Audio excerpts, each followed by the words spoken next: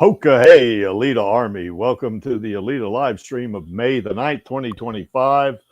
Ghost in the System, an Alita Battle Angel story, where we discuss all things to do with the movie Alita Battle Angel, the source manga Gunham, and the greatly desired sequels. I am your host, Creek Indian, and this week I am in Western North Carolina. And with us, we have I guess, I guess you could call him master of ceremonies to a degree. But this is Lee. How's it going, Lee? How you doing? Oh, so far so good. How's it going there in good old Fountain, Colorado? It's actually warmed up finally. It's been cooled Cool. off quite a bit, and it finally stopped Yeah. raining. It's sunny. It's warm. Much nicer. Nice. Yeah, I'm looking forward to getting back to Colorado. It's it's kind of different there, you know. So Yeah. and I kind of like it. So anyway, that's that. And from near Sydney, Australia, New South Wales, we have Max Tack. How's it going, Maxie? G'day, Creaky. Yeah, I'm awake if that's any indication. Early mornings. What you gonna do? Yeah, and we're happy to have the host of Radio Chaos here with us today. We appreciate that, Maxie. Well, I had to be here today because it's a special. Oh yeah, episode. Yes, it is. I had to And wave the flag. I'm sorry. I had to wave the flag. Oh, I gotcha. Yeah. And from Deutschland, over there across the pond, is Smendrick. How's it going, Smendrick? Hello, thanks, and nice to have you all here. Yeah. Hope you are fine. I was a little bit tired, came to the gaming stream very late, but everything was nice. Okay, cool. And from the Shires in the UK, otherwise jolly old England, we have Lottie. How's it going, Lottie? Hello, I'm fine, thank you. Yeah, we're just playing some RoboCop on the gaming stream. Cool. And out there in the chat, I see we have Leonardo Andre Bustos. Hola, Leonardo. ¿Cómo está, amigo? And we got Alita, the Killing Angel, is out there. And Angelus is out there, you rascal Angelus. You must be at work. So anyway, that how are things going with you guys there? What's going on? I'm talking to the panel. Oh, Yeah. well, not much going on with me. I'm just trying to, or was trying to prepare myself for what we're going to be doing today. So Yeah, cool. I want a quick shout out to my girlfriend out there. She's probably not going to say anything, but she said she'd watch. He's out there, okay? Yeah. Hello, Lee's girlfriend. Yeah, and I hope Lee tells you that we always, particularly after the stream or even during the stream, I'll ask him how his girlfriend's doing. So we're glad to have you out there in the chat as well. And I guess Maxie. Yeah, I've relayed your hellos to her on occasion. Yeah. Yeah, cool. Yeah, and Maxie, I guess you're starting to get some cooler weather down there. Oh yeah, I got to actually wear long pants. It's ridiculous. Oh, you wear shorts? I wear shorts most of the time. Yeah. Oh, that's a mental image. Whoa. Without. Well, they're like cargo shorts. They're not like shorts or anything. Okay. Busters. Give me a break. Short shorts. No. Well, I guess that's right. I guess everybody else in on the panel here, we're all in the northern hemisphere, so that's right. We, I guess. Well, I guess like one of these things is not like the others. Well, that's true, but probably the weather is somewhat similar in the fall and or autumn, I guess, and spring, I guess, because the temperatures at least are probably somewhat similar. It's just when you get into winter and summer is when things really get extreme, I guess. Yeah. So. That's true. Yep. But yeah, it's currently 11 degrees here at 8 a.m. Saturday morning. Oh, okay. Yeah, that's a little 11 degrees Celsius. So yeah, that's a little whatever that is in Fs. Hey, Yeah, we it's have about this 50 degrees, I think, something like that, 52 maybe. So, Yeah, it's Mother's Day down here this weekend, so it's actually yeah, not so bad that we did a recording for tomorrow. It gives me more time for the missus. yeah. So yeah, it's well, I guess it's Mother's Day here too. I don't know. My mother kind of departed the planet about 6 years ago, so I don't know what's going on there with that. But you know, yeah, I think there are different times of the year, northern hemisphere to southern hemisphere. yeah, I think so. Yeah, maybe so. You know. And Smedrick, what's going on with you? Yeah, same temperature as Maxi, Right. 11 degrees here at the moment. In the So not shorts weather for you either. Yes, yeah. yes. This is true. So yeah, and yeah, my mother walks over the rainbow 3 years ago. Ah, Oh yeah, okay. three. I can't remember exactly, Yeah, but My yeah, mother passed on 6 years ago, so yeah, yeah. happens eventually. Bad man, I don't think Australia is mostly subtropical. It depends on where you are. You know, I mean, Yeah. probably in southern Australia, it's kind of more like the weather's like probably like northern Europe, maybe like Scotland or something like that. And probably northern Australia is more like, say, the Gulf Coast, you know, or something, or maybe the Caribbean, perhaps. I don't know. You know, Well, never been to Australia, but the top of Australia, sort of the top third is tropical. yeah, Up toward, well, just around where Angelus is up is basically tropical. Below that used to be Mediterranean, but that was like 25 years ago when I moved to Sydney, but it's now more like subtropical. Because you know, the changing weather systems and shit like that. But when you go down where Dizzy is, it's most definitely I don't know what you call it. Maybe Arctic, Antarctic. no, it's not that bad. Oh, But it is pretty cool. Sort of like Canadian, sort of southern Canadian okay. weather, Yeah, I guess yeah, you'd okay. say. Sort of, but yeah, it's pretty cool down there. I've been down there.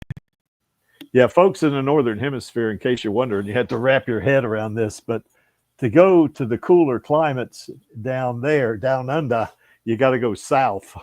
Yeah. Up here, you go north, you know, but that is what it is. So, and And of Vladi, course, our winter is on the beach. Sorry, not our winter. Our Christmas is on the beach. yes. You know, with barbecues and sunburn and all that fun nice. stuff. So the weather is not frightful then. No, and we Yeah. often have Christmas in July if we want to do the cold weather stuff. We have a fake Christmas in July. Oh, no kidding. Okay. And Vladi, I guess, Mhm. what's happening there in good old jolly old England?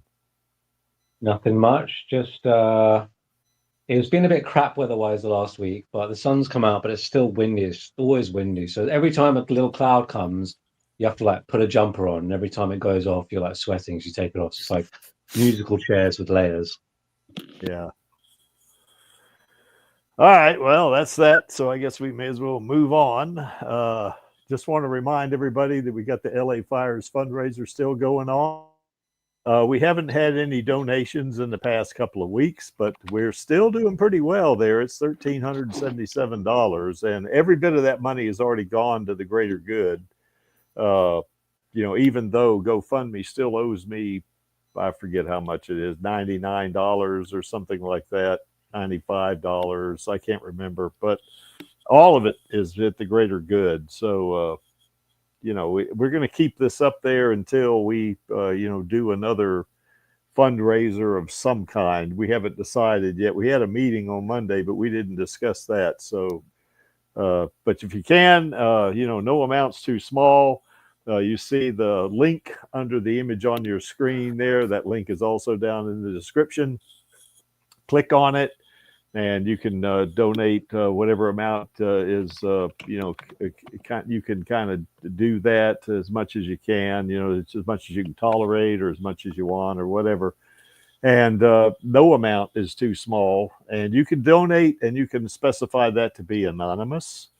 Because I know Angelus and I, when we've donated, we go ahead and put our names in there. Alita Rave donated, but he donated as anonymous, because I guess his name, he wants to keep off the internet as much as possible. And I think Bloody used his internet handle, but he doesn't want to use his name either. So, and that's fine. You can do the same thing. You don't have to put your name in there. So if you can, whatever you can spare, we sure would appreciate it to help those folks in LA, because they are still recovering from this, because that fire happened in October, I believe, and they're still recovering from it. So anyway, if you can, we'd appreciate that. We also have the Alita sequel petition going on, and there's the link of that under the image on the screen as well, and in the description. And you can see I think the last week we've added something like 6. I'm not sure. I can't remember what it was from the last Alita live stream. I think we had 3 that actually signed up after the stream, because I remember it was 470. The last 3 digits, it was rather 178,470 when we were on last weekend. We were on Radio Chaos. So, but since we've started pushing this a little bit, I know I've been pushing the sequel, or not the sequel, the Alita on Netflix, and that ended yesterday. And I guess the video that I was pushing, the Netflix Alita Battle Angel, got something like 56,000 views or something like that. So, hopefully a lot of folks went to see that. I think Charlie reported that Alita made what, 25 or 26 $1 million or something like that. Yeah. Max. Yeah, so we don't know exactly what the deal was, but yeah, he's having to estimate. he was estimating it based on previous deals or something like that. Yeah, but his estimates are pretty close. So he does a really good job. He's of course Exactly. he's a CPA. Who are we to argue? We don't know. Yeah, exactly. Let's just assume his estimates are correct. Yeah, assuming his estimates are correct. But I have a lot of faith in his estimates, because he's been pretty spot on for the most part. So anyway, but we would like for you to sign the petition if you haven't done it. Of course, you click on that link, and you specify this as also being anonymous. You do not have to display, your email address, and your name is not displayed if you specify this to be anonymous on the website.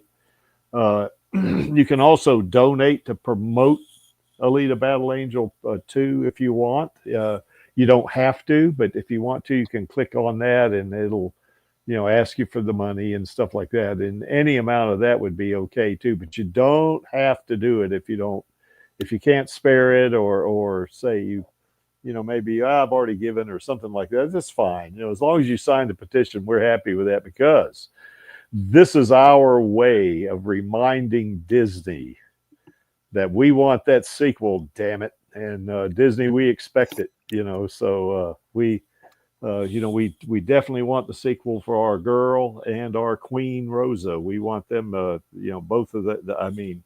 We deserve this, and certainly Rosa deserves it, and some of the other actors are going to be, they deserve it. And come on, Disney, you're going to make money if you do this. Seriously, So anyway, that's that. We want to get that sequel going. We do have Rosa's Queen Studios bust, and when the time is right, Rosa will let us know, and we'll get this to her any way she wants us to get it to her. But she knows I have it, and she wants it. At least she said she wants it. So whenever she's ready for it, we'll get Disney wanting our money. It feels more like Bob Iger wants just money from banker BlackRock, and now he's just done a deal with the Abu Dhabi. Abu Dhabi, they're opening a Disney World there. So Yeah. now he's getting like Arab blood money. He doesn't want fans' money. He basically just hates fans. So yeah, he just wants money from like the sinister evil forces that Well, I control don't. the money and control the planet. I don't think he hates fans. He might be a little ambivalent toward fans, maybe, but I don't think he hates us. So Oh, I who think he knows? definitely hates. I think he has a disdain for like the little guy, Yeah. Yeah, I the can see that. masses. Well, I know Rosa doesn't hate us. I mean, she loves us. No, you she know. seems far more down to Yeah, earth. Yeah. she's Yeah, she definitely she just loves us to death. She told Charlie and I that when I told her she was a queen of the Alita Army, she said that that is a crown I would wear with pride, and she meant it. I didn't. She seems to me to be a down to earth person. I mean, I don't detect anything awful in that note. But anyway, be that as it may, we'd love to get this to her. This is not a gift. This is an award from the Alita Army. It's an expression of our appreciation, our admiration, and our affection for our queen. We love our queen to death, and we want her to have this bust. So, if hopefully she ever hears any of this, maybe she'll say, "Oh yeah, the bust. I almost forgot about it," or something. Maybe.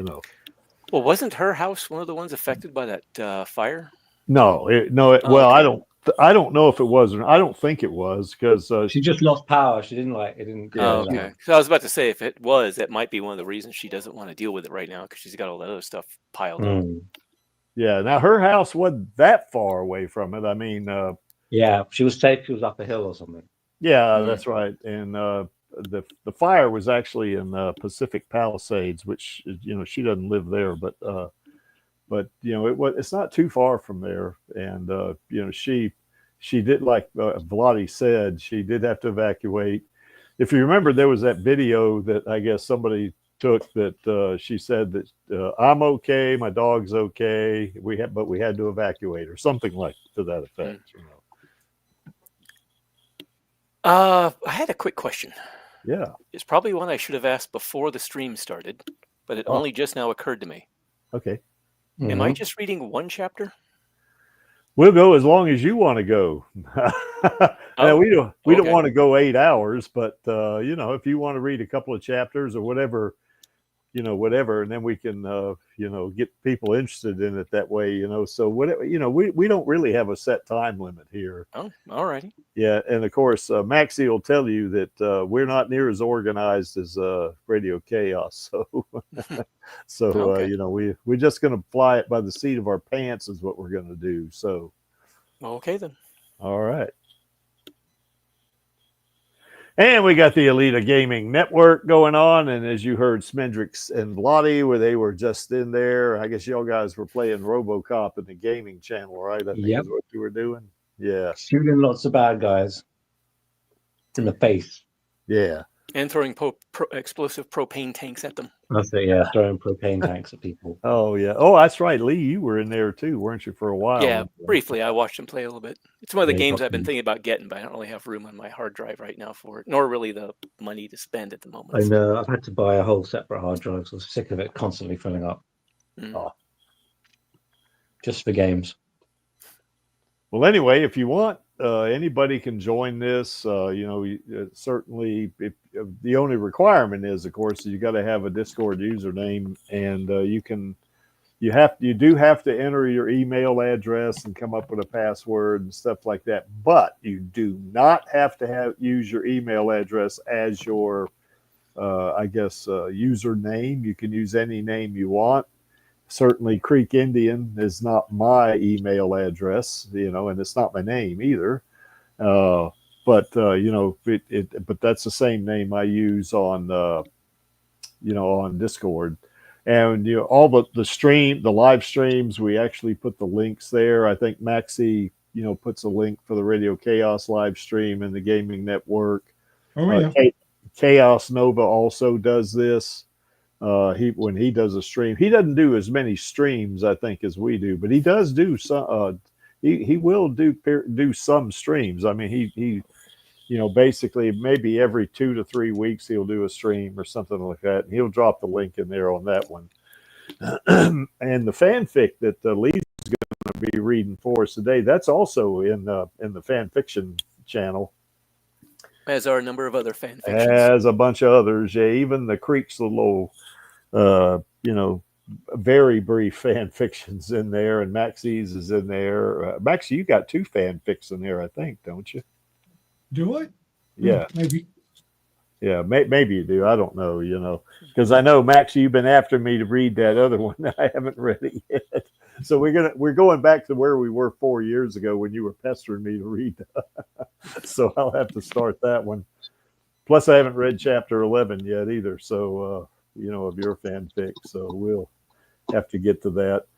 If you do artwork or you do videos, you can upload that into User Creations, that channel. And of course, we got 3 voice channels. Certainly about 6 or 8 weeks ago, we created the Kansas Bar voice channel. But there are 3, any one of them, you can get on there with folks and, chat with them and just have a conversation. Now, last Monday, we actually did a watch party.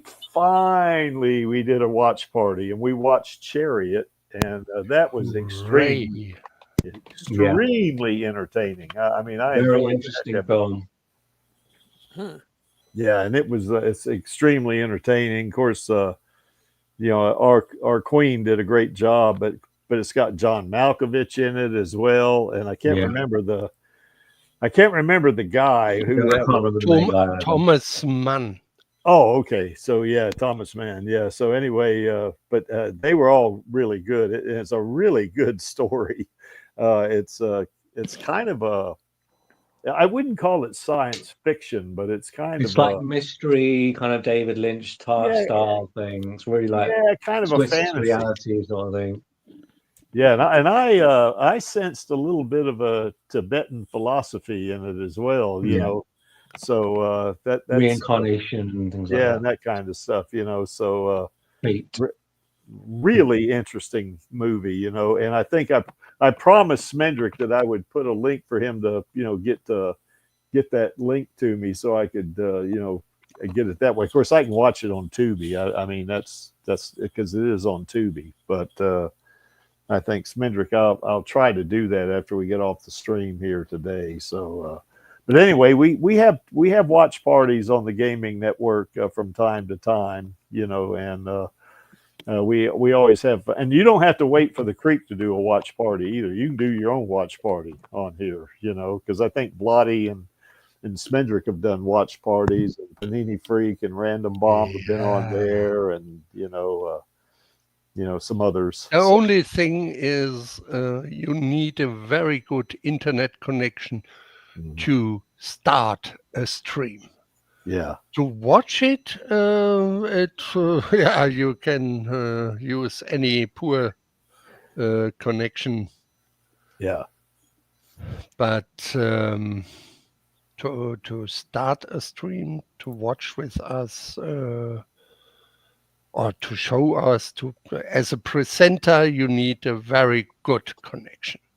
Yeah, my internet connection here and in Colorado is pretty solid. So. Although I think Smendrick, you played it on that one, didn't you? I mean, or was it you, Vladdy? I can't remember. Vladdy. Oh yeah, I played Chariot. Yeah, that's right.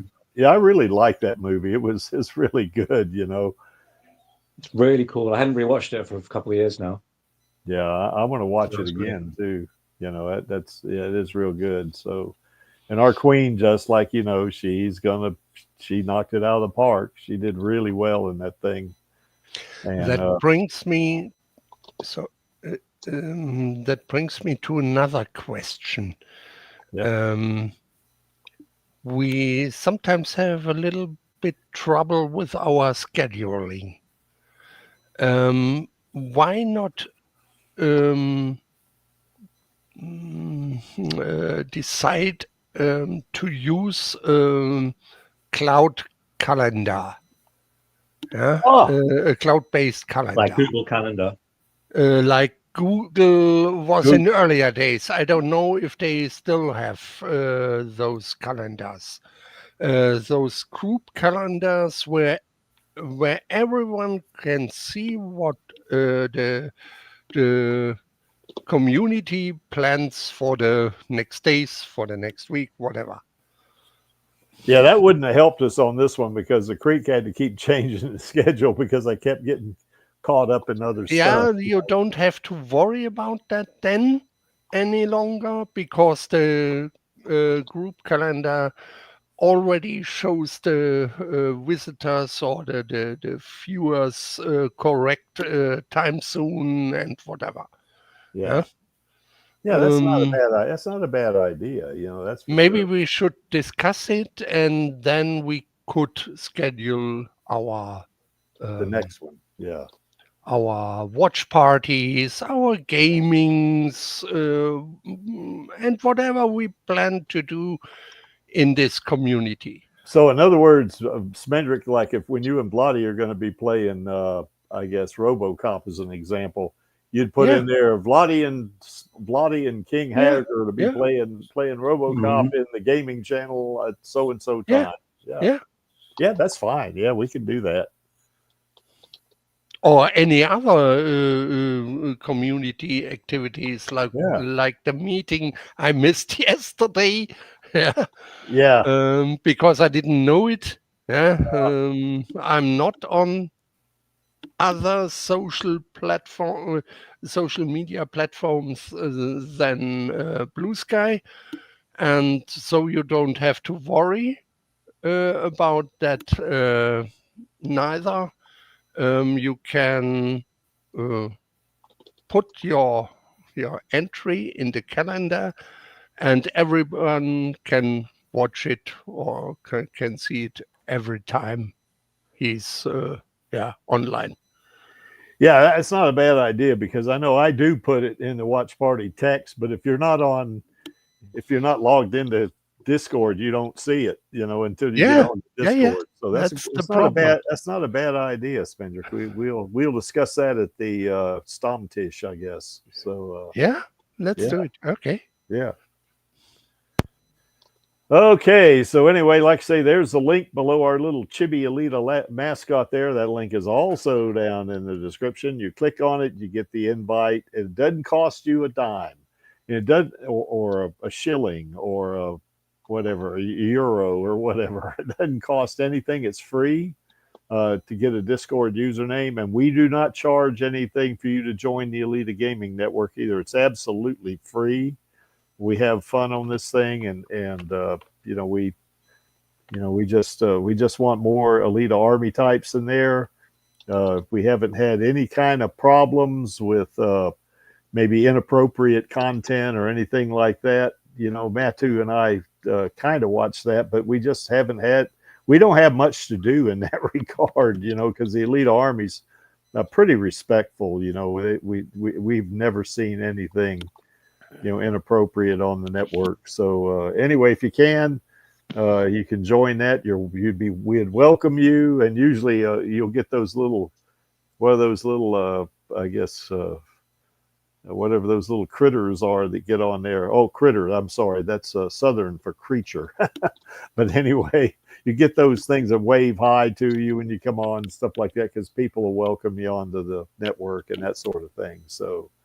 You know, we would love to have you if you want it. And I last time I checked, because this is pretty small, you know, in terms of numbers. I mean, I think it was like 43 the last time I checked. That was not this past week, but the week before, I think. You know, I checked it and it was like 43, I think. I don't know if we've added one or two since then.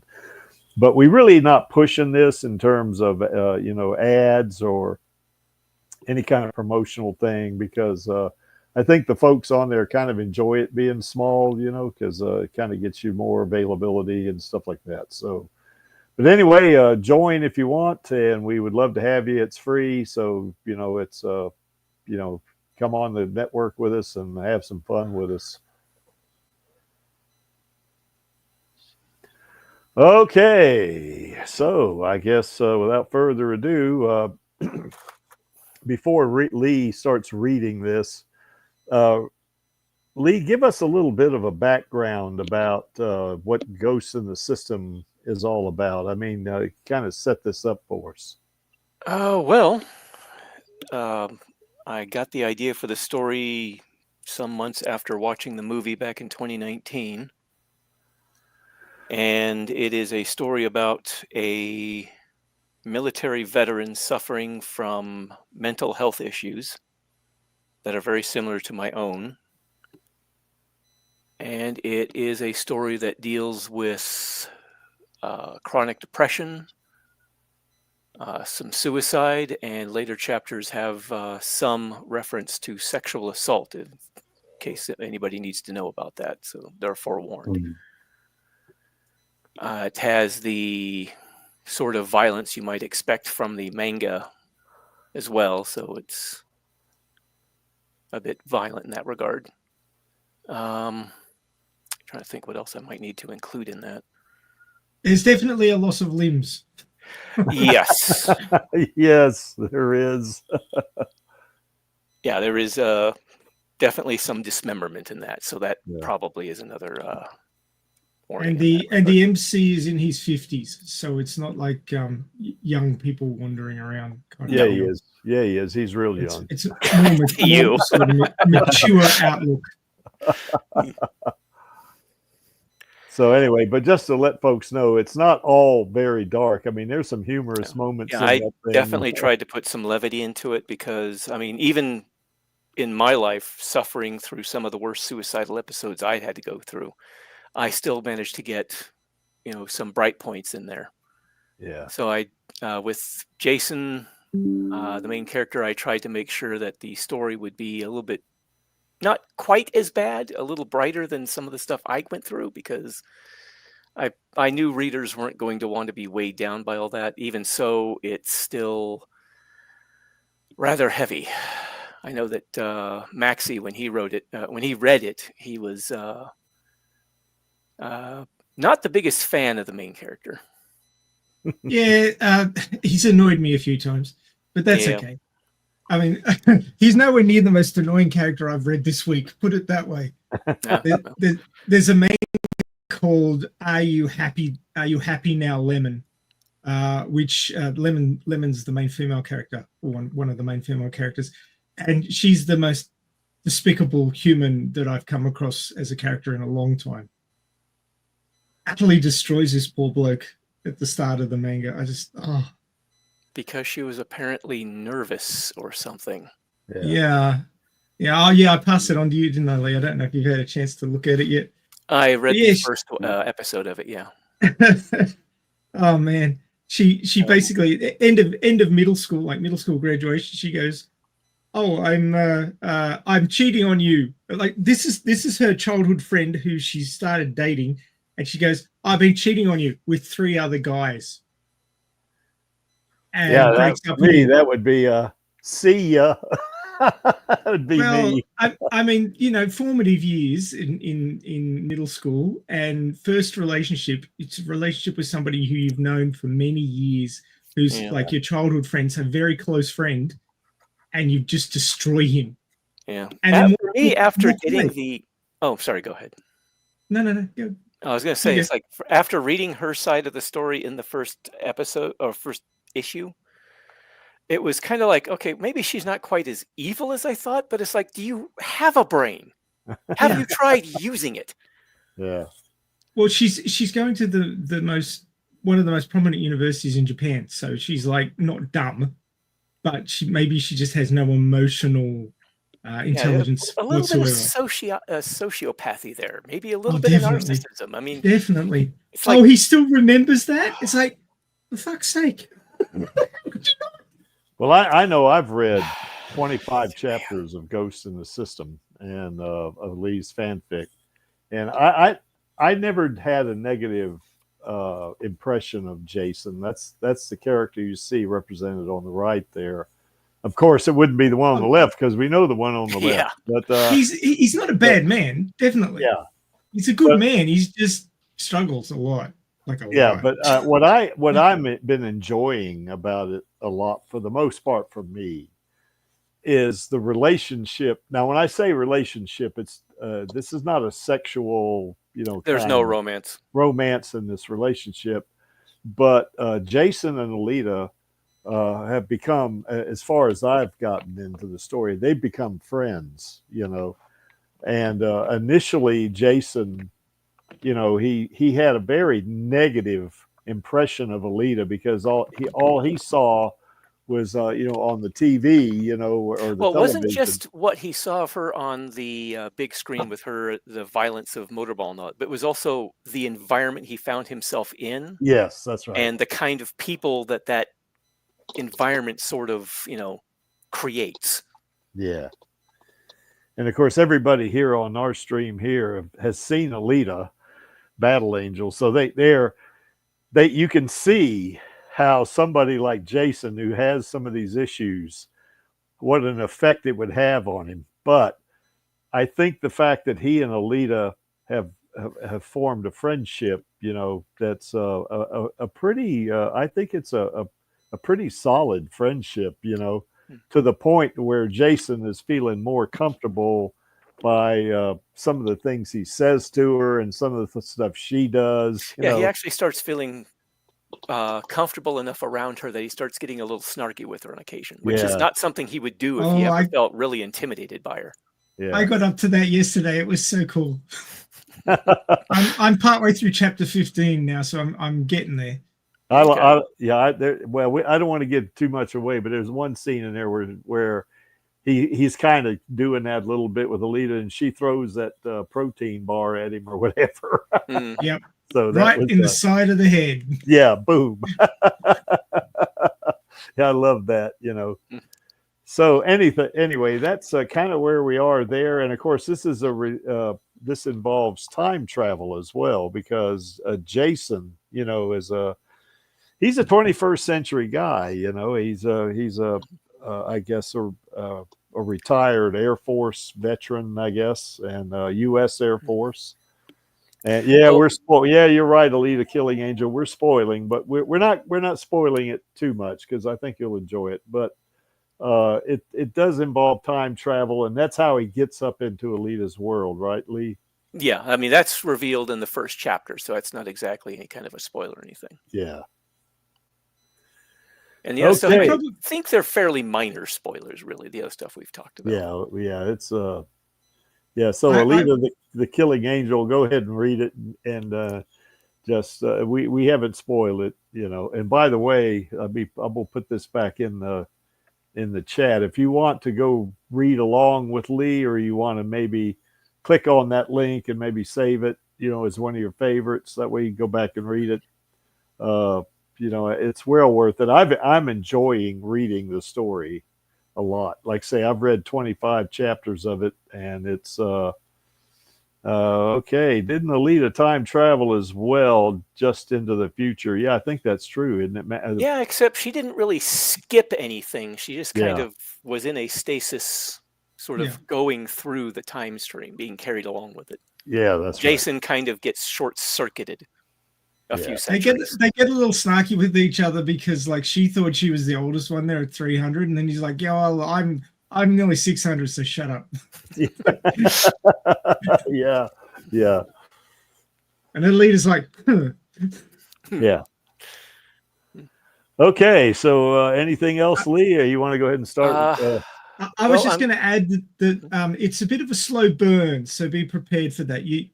It's not like all action like the movie is. It's quite slow burn, so you have to be prepared for that. You have to. You mean it's like real life? Yeah, actually. Well, I tried not to let it drag too long, but I couldn't really quite figure out how to do what I was trying to do with the story and make it like a fast-paced, action-packed martial arts beat 'em up or something. Not every story needs to be like that. That's right. You have stories that are fast paced, and you have stories that aren't. And if somebody ends up the way he does and has to deal with it, and I won't spoil the whys and wherefores, but he has significant issues that everybody's trying to help him with, that aren't related to his issues that he's unmedicated for because they don't have that stuff anymore. Basically, some of the shit that he was previously dealing with gets exacerbated by what he ends up going through. Yes. Actually, I think PTSD might be one of the other things I should throw out there, because he gets a little bit of that after what he ends up going through. Yeah. But it's quite the exploration of mental illness in a cybernetic world that isn't quite working for you. So he has a lot of shit to push uphill, put it that way. He's a character who he's got a lot to deal with, and he's doing his absolute best, but it's damn hard. Yeah. And the character was, I mean, I'm not used to stories like this, so the character was a little bit hard to deal with. I wouldn't say get into, but just it wasn't 100% enjoyable. Like, a lot of the stuff is quite repetitive, and it's like makes sense in the story, but it's just reading it over and over again. It's like, oh, come on, dude, come on, you can do a little better, just a little better. Yeah. But it makes a whole lot of sense, because this is what it's like to deal with this every day, and it's an exploration. Which was part of what I was trying to do with the story, is try to portray that from within the head of the person going through it. Yeah. So this isn't your classic fast-paced beat 'em up. That's not what this is. Although so don't there go is into a little it bit of expecting beat 'em that. up. There is some beat 'em up in it. Yeah. There's some rip 'em up too. Yeah. Yeah. I was telling Creaky too, if he gets to chapter 27, he will get into one of the scenes where Jason actually gets into a fight that he doesn't lose. Nice. No more spoilers. Yeah. Nothing more on that, just that. Yeah. All right, so all right. I am going to be reading the original chapters I have on my desktop here, which I've actually made some alterations to based on feedback from Maxie. So it's not going to be exactly the same as what's currently posted, but the story is not going to be any different. Yeah. So I guess I'll begin. All right. Chapter 1, Memories of Home. The sun shines down out of a clear blue sky as the feeling washes over me that something terrible is lurking just below the surface. A threat everywhere around me. I pause my work trying to remove the damaged water valve in the irrigation line and look over at the sprawling acreage of the Sheffield farm. Other small groups of farmhands are scattered around, working at their various assigned tasks in the distance. Fight or flight kicks in, telling me I need to get the hell out of here, but I know from long experience there's nothing there. I pull in a deep breath of the warming mid-morning air as I look off, as I look off further into the distance at Iron City, one of the only 2 cities in the known world. The deep breath of air helps calm my nerves, but only enough to slow down the onset of the nausea that's starting to fill my senses. Shifting my gaze just slightly upward to the sky right over Iron City. Hanging over it, I'm sorry, I think I messed that up a bit. Shifting my gaze just slightly upward to the sky right over Iron City. Hanging over its center like a giant umbrella is the other city, Zalem, hanging from an enormous space elevator. From this distance, Zalem looks like a flattened child's toy top hanging from the sky by a thick string. I turn away and focus back on my work to replace the damaged valve while a steady stream of water soaks the front of my pants and dribbles all over my old combat boots. An unpleasant buzzing fills my head and I feel my muscles begin to weaken. Just great, I think to myself. I don't fucking need this, not now of all times. This is the 3rd or 4th one now since arriving here a year ago. It'll be the first one that'll happen in public. There's no way I can get away from everyone out here, so I just keep going with my work. Sure enough, just as I've finally gotten that damn valve removed, my breathing becomes rapid and labored, shallow, and my vision begins to gray out. My knees buckle and I lean against the waist-high support of the irrigation pipe. Slowly sliding to the ground, I hear my coworker loudly ask if something's wrong. I settle onto the muddy ground, feeling cool water soak the back of my pants. My coworker, a man with a pair of cybernetic arms that look just a little mismatched in appearance, in an emerald green mohawk, squats down next to me. Hey, you all right? I hadn't learned the man's name, so I've mentally labeled him McGee. Despite my pointedly trying not to engage him in conversation, he hasn't shut up about his romantic conquest since we've been out here. Not that his accent, somewhere between Cajun and something I can't really identify, makes it easy for me to understand all of what he's been saying. I manage to nod, my skin going cold as the feeling of nausea grows. White noise screams in my head as my senses begin feeling distant and dull. I'm not so weak that I'm entirely immobile, so this one's not real bad. My head is lolling with the effort to keep it up, and my breathing becomes labored. It's an effort to speak, but I manage, my words slurring.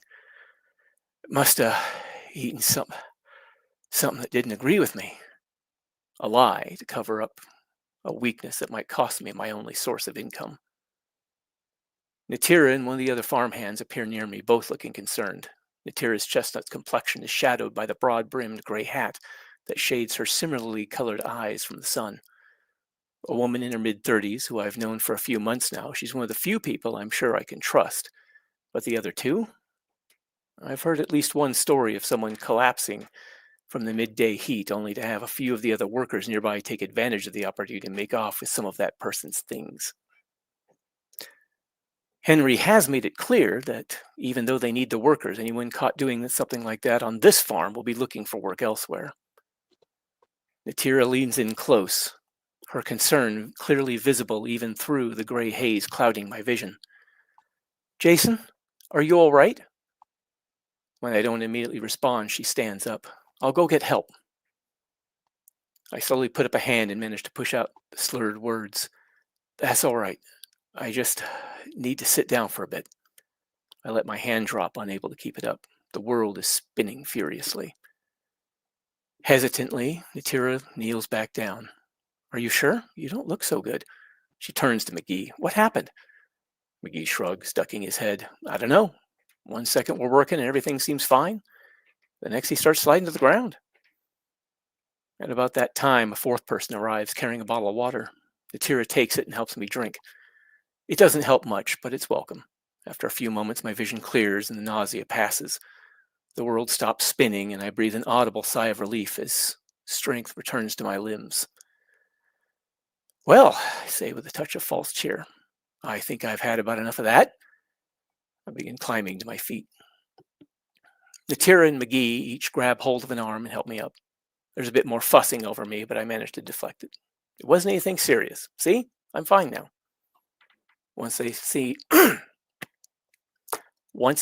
that I do indeed seem fine, everyone gets back to work. With the passing of the attack, I feel as if an intense pressure has been released and the rest of the work goes smoothly. After replacing the valve, we move on to the next section.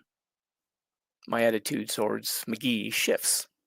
After his assistance during my attack, I find myself feeling a bit more at ease around him, despite my trying to keep my guard up. As a result, my annoyance with his constant yammering also eases up, and we begin to actually converse a little. I learn that he goes by the name Z. Turns out he's a pretty decent fellow, or at least a reasonable facsimile of one, considering what the world's turned into. Like my roommate, Axel, he lost an arm in an accident while working construction in Iron City, repairing some damage to a factory building that got tore up. Apparently, it's unusual for the factory to hire independents like that, so he jumped at a chance, as well as the substantial pay that was offered. According to him, the damage was caused when a young cyborg woman by the name of Alita went ballistic and trashed a bunch of the factory's Centurion combat droids, as well as some of the factory building. Decided to get the other arm replaced while I was at it, he says with a grin. Figured it was a good time to get some upgrades. I have my doubts about the veracity of that Alita story. I have a passing familiarity with this young woman from the motorball videos I've seen around Iron City, and I'm well aware that damage to factory property is inevitably a death sentence. Considering the firepower they must have at their disposal, I have a hard time believing that she's managed to avoid a running firefight with factory enforcers all these months since her allegedly trashing them. Granted, what I've seen of her on those motorball advertising videos was impressive, ripping apart other motorball players 5 times her size and all that. However, I've learned in my time here that the factory does not take prisoners when it comes to someone wrecking their stuff. By noon, things heat up real good. After a quick calculation, I figure the temperatures climbed into the 30s Celsius, maybe higher. My field jacket had helped ward off the slight chill of the morning, but now, even without the insulated liner, it boosts my temperature a bit higher. Still, I keep it on to protect me from sunburn. Plus, working on the waterline is wet work, and that helps keep me cooled down. Henry drives out around midday with one of the other farm hands to deliver lunch to everyone in the field. I see one of the workers, the one that brought me water, talk to Henry, and they both glance in my direction. He then makes his way over to where I'm sitting in the paltry shade of the irrigation pipe, and I brace for whatever is about to come. Probably something to do with my collapse. Henry's a pretty big man, standing at 6'2", or rather 188 centimeters. His youngish face belies his 60-plus years of age, and his two cyber arms, upgrades he got years ago before managing to buy the rights to work this farm, are built for strength to better keep up with the demands of factory work. They give him an intimidating build. I've learned from his daughter Loretta that he treats his workers as well as he does because of how he was treated by the factory. He vowed to never treat another person like that. That doesn't mean you want to get on his bad side, however. Henry gets to my position and leans on the pipe. Hey, Jason. I heard you had a bit of difficulty out here. Everything all right? A minor disagreement, I toss out casually, taking a bite out of my sandwich. Henry tilts his head to one side and narrows his eyes a little. Disagreement, eh? Care to elaborate? With an unconcerned manner, I tell him I wanted to keep working. Body disagreed. A little shrug. Everything's fine now, though. He nods, looking dubious. Well, if you're sure. Keeping my expression nonchalant, I tell him, I'm sure. Whatever it was, it passed. I feel fine now. All right, but if you even think there might be a need to see a doctor, be sure to let me know. I got no problem giving you a lift in the city if need be, okay? I appreciate it. If anything changes, I'll be sure to let you know. Thanks. I smile and take a drink of water. I am actually appreciative of his offer. It's a half-hour drive back to Iron City, so it's kind of a big deal considering all the work that's needing to be done. Henry flashes a quick smile of his own and nods before walking back to his truck to finish taking food out to the other crews working the fields. I watch him go, letting my smile fade. This is the first public attack. It won't be long now before it'll be impossible to hide my illness anymore. Maybe a month, give or take. Had to happen sometime. The end of the day arrives without further complication.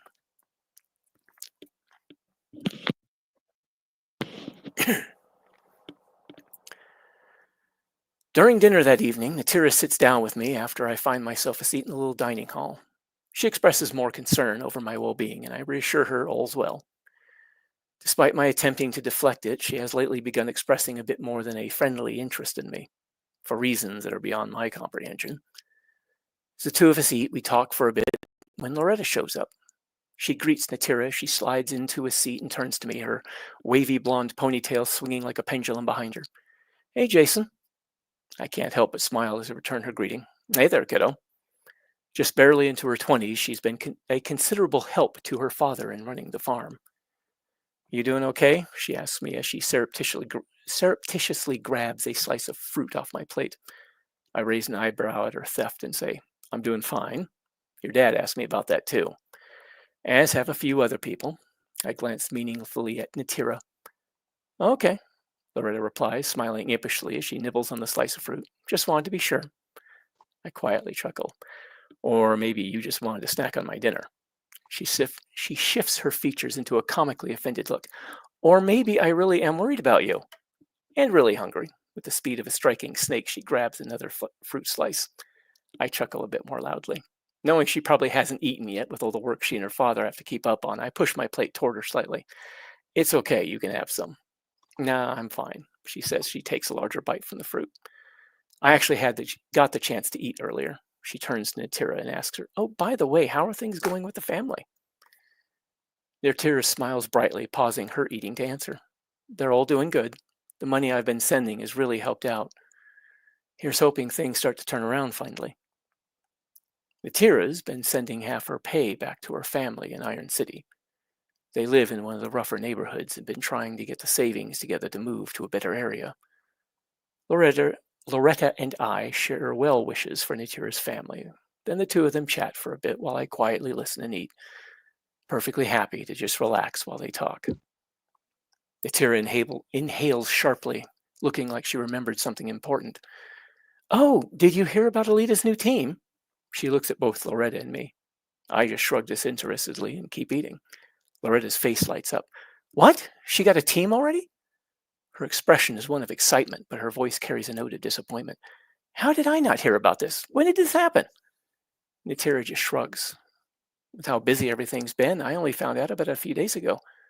Days? Loretta nearly yells in surprised disbelief. How long has she had this team? Apparently about a month now. A whole month! Loretta buries her face in her hands and groans loudly. Oh, a whole month. I haven't been able to make it any of her games, and I've missed the news reports. She lets her arms fall to the table as she lays her head face down on its surface. Springing back up, she gives me a baleful glare. How come you didn't say anything? You went into the city just 2 weeks ago. You had to have seen something, and you know how much I'd want to know about it. I raise my eyebrows at her and shrug placidly. Sorry, kiddo. You know I don't bother with that motorball stuff. I barely pause my eating. Loretta's eyebrows come down over her eyes as she gets a pouting look and says with semi-serious irritability, Yeah, I know, dirty heathen. I merely shrug and smile serenely. I've told her I don't follow the sport, but in actuality, I hate the sport. It reminds me too much of those old Roman gladiatorial games from ancient times. Sure, it's exciting to watch, but it's little more than people ripping each other apart for their entertainment of a bloodthirsty mob. The bodies might be fully cybernetic, but I still can't look at it and not think of it as a blood sport. Considering it's factory sanctioned, it's no doubt a futuristic version of Rome's bread and circuses to placate the masses. Natira is much more sanguine about my disinterest in the sport. She leans over her plate and says to Loretta, even with how fast she tore through third league, I just didn't think it would happen so soon. Loretta lightly slams a fist on the table, her face contorting slightly in anger. I can't believe the league forced her to restart the bottom of third league. They saw her second league tryout, so what if she were blasting off out of the track? She still wrecked those guys. I raised an eyebrow at her. That was months ago. She's working her way back up already? May not follow the sport, but Loretta makes sure I keep up to date on some things, whether I want to or not. She shouldn't have had to, Loretta says with annoyance. Natira rests her chin on the back of one hand. You know, I think it does lend credence to that story going around that she killed Vector. They might have dropped her to third league in retaliation. Yeah, well, that fucker deserved it from what I hear. Loretta's expression and voice both convey disgust. I finish the last of the food on my plate and ask, what did Vector do? I don't know a lot about this fellow other than he practically ran motorball and had a great deal of power and influence in a city I stay as far away from as possible. And he's apparently dead now. Loretta and Natira both look at me in disbelief, obviously surprised at my ignorance. Despite a twinge of embarrassment, I look back at them patiently. Natira leans closer to me. Well, there's a lot of rumors flying around. None of it's really been substantiated. I'm surprised you haven't heard him. From what I gather, she killed Vector after finding out he was running a scam that got someone she loved killed. Being less than surprised to learn of dangerous corruption in this place, I ask, what kind of scam was this guy running? Natira's eyes widen slightly and the corners of her mouth turn down as she says, they say it was some kind of organ harvesting. He tricked people into thinking he could send them to Zalem if they paid him a bunch of money. Once they did, he'd have them broken down into parts and sold off. I shrug slightly, tipping my head to one side. Well, if that's true, sounds like she might be a bigger deal than I thought. Considering what passes for law and order in Iron City, as well as the corruption, it's not hard for me to believe that there was something shady as hell going on. It's like the Wild West around here, only without the guns. Zalem made sure to outlaw those on pain of death hundreds of years ago. No doubt in order to ensure that no one could challenge their stranglehold Iron City and its effectively captive workforce. Loretta jumps on my admission. That's what I keep telling you. She climbed through the ranks almost as fast as Joshigan, at times maybe even faster. She's also a registered hunter-warrior on top of being a star motorball paladin. People say she's helped make the city safer, going after bounties the other hunters won't bother with. I'm still skeptical. So people think she's some kind of hero. Well, yeah. Loretta stares at me in disbelief. Don't tell me after hearing all that you don't think so. I exhale loudly through my nose. In all my years, I've learned that if something sounds too good to be true, it probably is. In all likelihood, she's just as bad, if not worse, than this Vector. Loretta rolls her eyes, her voice heavy with annoyance. You're just being overly cynical. I've seen her get a lot hotter under the collar if anyone dissed her idol, but she doesn't seem to be as bothered when I do it. My only response is a disinterested shrug. Remembering Z's comment about Alita, I decide to dig for information. I heard she trashed a factory building and took down a bunch of Centurions. Think there's any truth to that? Atira is the first to answer after a short, thoughtful silence. Probably as much as any of the other rumors. I guess it's up to you if you want to believe it or not. I spread my hands in a sort of shrug. Well, considering what I know about the factory's response to people wrecking their stuff, I'd think there'd be Centurions filling the streets with hot lead if somebody actually did that. Atira nods thoughtfully at that. Loretta shrugs it off. Maybe she scared the hell out of them enough they backed off before losing more of their stuff. Atira raises an eyebrow at that, clearly unconvinced. I share in Atira's sentiment. Sounds like a bit of a stretch. Maybe, Loretta allows, but to me, she's a hero. She glances over at the clock on the wall. Well, I gotta get going. Dad needs some help with the paperwork. Fun. She heads off with a smile, patting me on the shoulder and giving a quick wave to Atira as she heads out. She always seems so upbeat, Atira comments. I glance over my shoulder in the direction of Loretta's exit. Yeah, she's a good kid. I take a deep breath and collect my plate. Well, I gotta head off as well. Her features show mild disappointment. What, already? I sigh, feeling rather badly about leaving so abruptly. I'm afraid so. I get up from my chair. Well, okay then. Have a good night. You too. I leave with a small wave and dump my dishes in the bin before heading towards my room. I really enjoyed talking with her, but my growing attraction to her and my surreal circumstances are making me uncomfortable. I enter my studio apartment-sized room and close the door behind me, glad to be alone for a while. Axel is no doubt out hanging with friends as they celebrate another farmhand's birthday or something. Without turning a light on, I sit down on my bed and remove my glasses before rubbing my hands over my face. Holding my head in my hands, I wonder what in the hell am I doing here? That visit with Atira and Loretta does little to make me feel better. Quite the opposite. It just highlights how alone I am. Feelings of loneliness and isolation, always constant, increase in intensity as I feel pulled under a tide of heartache and pain. I fight off the forming tears, but the longing to be back in my world with Vanessa wins out, and I bury my face in my hands, breaking down in quiet sobs. After a while, the wave of heartache and loss subsides, and I'm able to pull myself together. I get my toothbrush out of my locker, go into the bathroom, and turn on the light. I clean up, brush my teeth without looking at myself in the mirror. And after that, I manage to settle down to read an old book Henry loaned me, trying to unwind. I get through a few chapters before fatigue catches up to me and I settle into bed early.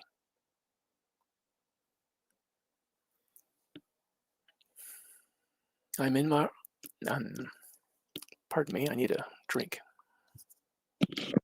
Yeah, no worries. You read very well, by the way. Oh, thank you. Yeah, honestly wasn't sure how well this was going to go. Oh, yeah, it's going great. It's very Blows your relaxing. mouth out, doesn't it? Really? Bedtime story. Oh yeah, it dries the mouth out quite a bit. All right. Continuing on. I'm in our apartment in Washington State, packing up more of our things. The three of us have lived here for a couple of years now. Vanessa, her youngest son Brian, and me. Her work as a nurse, plus my veteran's disability, allowed us a comfortable life here, as well as giving us the ability to save up to get a nice house in a quiet, wooded area. I get a call from her to come over. She had a couple days off and had decided to start early on getting the place set up to move in.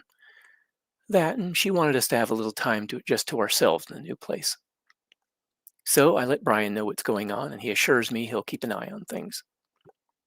He's recently turned 18 and is still getting his footing after therapy to help him deal with the mental and emotional scars of an abusive father. I get together a little duffel with some clothes, freeze-dried camping food that was left over from a previous camping trip for some quick and easy meals. Money is still a little tight. And add a few other items that might be needed for a couple days' stay. Then I hop in my pickup and head off with a wave goodbye to Brian. I'm driving down the quiet country road towards Vanessa, the sun shining in a beautiful blue sky, listening to some of my favorite music on the stereo, on my way to help settle into what will be our new home. With no warning at all, there's a blinding white flash of light and everything goes dark. At first, I'm too stunned to do much except try to keep my truck going straight. I finally think to hit the brakes, but end up crashing the truck into something with a good deal of give. There's the sound of wood breaking and metal crumpling as the truck comes to a stop. The engine stalls and dies. I smack my forehead on the steering wheel, but escape with only a minor cut and some bruises. I sit in the deafening silence for a moment, wondering what the hell just happened before recovering enough presence of mind to turn on the headlights. In front of me, bent and broken from the truck slamming into them, are a bunch of thin bamboo-like trees. I get out to check the damage with a flashlight and find that the underside of my truck has hit a small boulder, breaking the driver's side front axle. There's no way I'll be able to drive out of here. Looking upward, I see a star-filled night where there'd been a sunny blue sky. Panic begins to grip me. I gasp for air and sit partly upright in bed. Letting out a breath, I lay back down, relieved. That damn dream again, though it's more like a memory. Some part of my mind keeps reliving it over and over again. I lay there staring up at the ceiling, lit by the pale blue glow from the lampposts outside, coming through the room's one window across from me.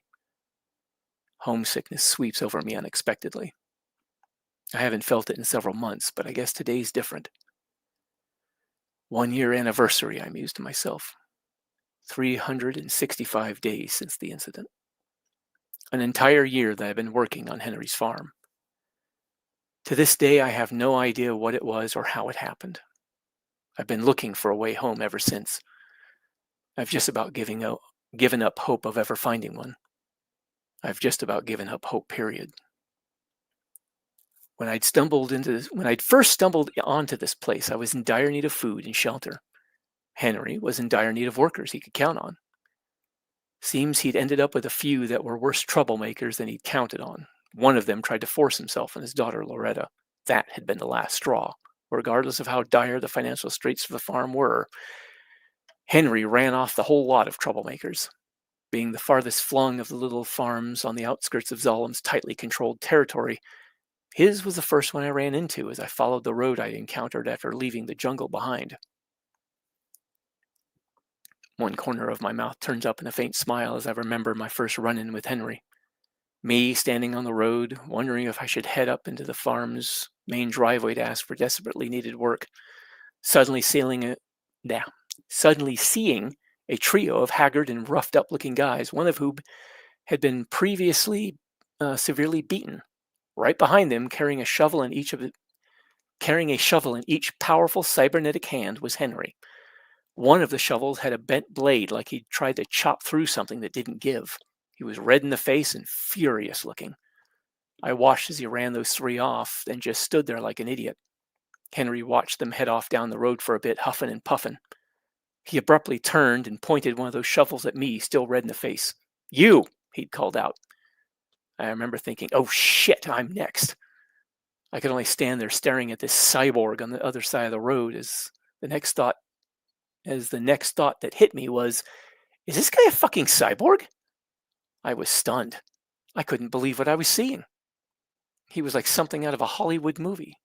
Tall, powerfully built, imposing, a cyborg farmer. Still pointing a shovel at me like it was some kind of sword, Henry called out, "You looking for work? I got some spots need filled." And he turned around and walked back up the driveway towards the farm, leaving me standing there dumbfounded. Seeing Zolom from the distance was shocking enough. I was sure I'd likely gone off the deep end at that point. My first time seeing that city hanging from its space elevator, I hid in the jungle for a couple days wondering if any of this was real. But I ate all the food I had with me, drank all my water. So there I was, standing on a badly surfaced road, while a cyborg farmer was offering me a job in a strange accent. I looked back and forth between the retreating trio of men he just kicked the shit out of with dual-wielded digging spades, and the man who'd done the kicking. A man who just offered me a job out of the blue.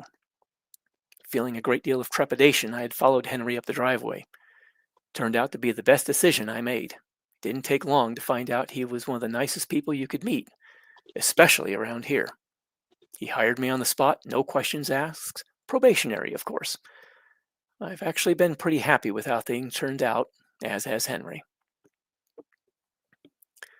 Little farms like this around the outskirts of factory-run territory are given over to families that can afford to buy the rights to run them. Sort of a buy your way to a better life outside the city sort of thing, I suppose. Sometimes the family lasts for several generations, sometimes only a couple.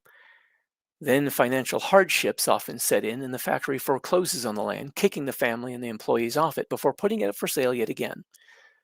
From what I've seen, I'm pretty much convinced that it's all a scheme designed to give city folk the hope of buying a better future, a way out of the poverty and despair that consumes too many people. The factory lets them have it for a while, then shuts them down and kills their dream so they can draw in another bunch of folks looking for a better life. Basically, like the motorball games, a form of control. Though not without a more practical purpose. These little farms do help feed Iron City, allowing more of the better quality food from the factory-run farms to be shipped up to Zalem. Henry and his daughter are first-generation owners of this particular plot of land. They're already having serious trouble money-wise. I suspect the factory is putting the screws to Henry and his daughter behind the scenes. I'm pretty sure Henry suspects the same. But still, they fight on, trying to keep what they've come to think of as theirs, something they've poured their blood, sweat, and tears into to make work. After getting to know them better, I've vowed to do what I can to help the two of them keep their home and livelihood while I'm here. I glance over at the little clock on the tiny nightstand next to my bed. Just about time to get up anyway. I throw back the thin covers and heave myself up into a sitting position, wondering if I should do something to mark my first full year in this place. A pang of despair makes me think better of it. No offense to the Sheffields, but I can't stomach the thought that this is where I'll spend the rest of my life. I need to get home. I need to get back to Vanessa and the kids. I can't stay here. The pain of developing arthritis stiffens the joints of the last two fingers on each hand, as well as my knees. While it's not all that bad yet, I still groan under my breath as I bend my knees to put my foot down on the cool floor and work my hands to limber up the fingers and work the pain out. Is it morning already? I hear from the other bed with that light Spanish accent, followed by a quiet groan. I glance over at my roommate, Axel, as I pick up my black wireframe glasses off the nightstand and put them on. He looks at me with one eye screwed shut and the other squinting in the low light. Afraid so, I tell him wearily. You want the bathroom first? Nah, man, you go ahead. I just need to lay out for a bit. Axel pulls the thin covers over his head and turns his back to the light. Quietly exhaling a deep breath, I get up, dressed only in shorts. With the belated realization that I forgot to do laundry yesterday, I get dressed in the same clothes I wore the previous day. I unlock the footlocker each of us has at the foot of our beds and pull out the needed toiletries, among them a bladed razor I purchased on my first trip in Iron City. For some reason, even after adapting the plug to the farm's outlets, I can't get my electric razor to work. The current used is pretty much the same from what I understand, so I'm not sure what the problem could be. I get into the bathroom, shut the door, and go through my morning routine. My image in the mirror shows dark circles forming under deep-set, soft blue eyes. Eyebrows that have gone mostly white come together as I focus momentarily on the weariness that seems to be growing more visible as the days pass. Insomnia is becoming more and more of a problem as time passes and my depression becomes worse. I quietly sigh and shake my head. Nothing I can really do about that. I had packed my medication for what was supposed to be an overnight stay at our new house. After rationing them, they ran out 9 months ago. There's nowhere I can go to get more. No Veterans Administration, no psychologists, nothing. I'm on my own, dealing with an ever-worsening mental illness that's nearly driven me to suicide more than once in my younger years. My only defense now is prior experience. In this kind of environment, I have no idea if that's going to be enough. I strip down, hop in the shower, and go through a quick wash. After that, I try to dry off as quickly as possible, floofing my towel through short-cut salt and pepper hair that's gone more white at the temples. Then I'm dressed again and back out so Axel can get his turn in before the breakfast bell rings. All yours, I say as I head over to my locker. Axel merely rubs his face with one hand and grunts grunts as he heads into the bathroom, closing the door behind him. After putting my things away, I pause mid-motion to closing the lid. My eyes are drawn to the deep brown corner of my wallet lying on the bottom, partly obscured by the partition tray that fills half the top of the locker. I glance at the bathroom door, waiting for the sound of the shower. Once I'm sure Axel is going to be a few minutes, I pick up my wallet and open it. My eyes carefully go over things I've spent the last several months trying not to think about as I focused on making it through each day, praying for some way back home. Like something slithering around the dark corners of my mind, my illness whispers to me, filling my mind with darker thoughts. You just disappeared one day. Did she move on? Was she left heartbroken alone, wondering what happened to you? Maybe she never forgave you. Maybe she spent the last years of her life hating you. Knowing her, it's unlikely she'd hated me. But the thought of her left alone like that is almost too much to bear. I try not to think about what the days following my disappearance must have been like for her and the kids. They were certainly a nightmare for me. Almost of their own accord, my fingers dig into the wallet, finding the small picture of her and pulling it out. I look down at the tiny portrait, curly black hair hanging down past her shoulders, framing a face of olive complexion, smiling up at me. Her smile would light up her whole face, and she almost never passed up a chance to make a bad pun. Her sense of humor could be as weird and off the wall as mine at times. The two of us often found things funny that others often saw as either childish or just meh. As she often said of her own sense of humor, not a mature audience. This is often said while giggling at a fart joke. Seeing her face brings a sudden sting of pain knotting up in the middle of my chest, and I feel my eyes tear up. I pull out the other three little pictures. Her daughter, Alana, her oldest. David, her older son. Brian, her second son and youngest child. She had them while married to a man who had become increasingly abusive as the years passed before finally divorcing him. He disappeared after that, going off with his new girlfriend. He wasn't missed. My gaze moves across all four pictures. I miss them all, but my eyes always come back to her. The half of me that was torn away.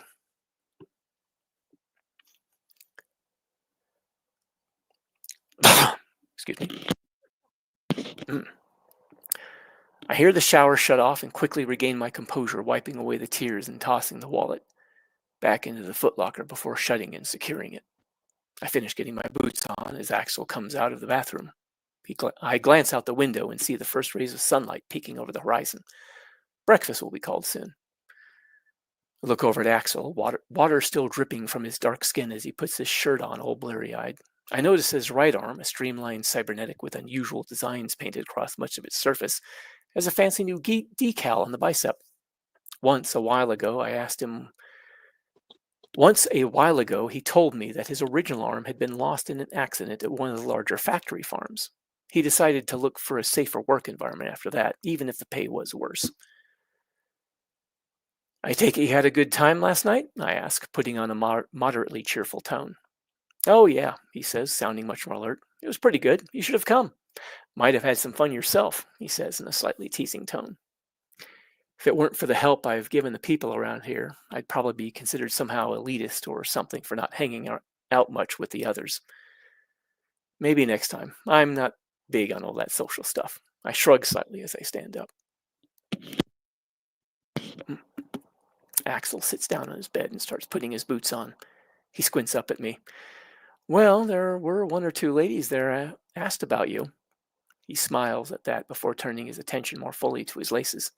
I chuckle as I grab my old field jacket off the hook by my bed. Is that so? Worried about whether they'd have to dodge me, maybe? The jacket is one of those real old ones, solid olive drab. It still has my old unit patch on it, which I managed to completely overlook until one day someone asked about it. My anxiety caused me to nearly fumble a plausible explanation. Axel glances down as he shifts to his other boot. Nah, seriously. I think they might actually have an interest, yeah? I try to come up with a smart-ass comeback, but just end up shrugging awkwardly. Yeah, well, no accounting for taste. I'm sure they met someone more interesting anyway. I head for the door. Well, see you outside. After breakfast, we're split into small teams again and assigned various tasks. I am, once again, assigned to the irrigation system with Z. The day goes by in a surprisingly pleasant manner. Once Z stops talking about his love life and its frustrations, his stories about working construction in Iron City turn out to be both entertaining and informative. Both the time and work pass quickly. That evening, I sit down for dinner and Natira joins me. It's nice, if a bit awkward. She asks questions about my past, while I keep dodging the questions. It becomes obvious by the end of dinner that she's gotten at least a little frustrated at that. There's no way I can tell her I came out of the jungle a year ago after crashing my truck into a bunch of trees, or that I'm from hundreds of years in the past, though my old life is starting to feel like some kind of dream. Despite having been able to make a few trips back out to my truck, I'm starting to wonder how much of my life before a year ago really happened.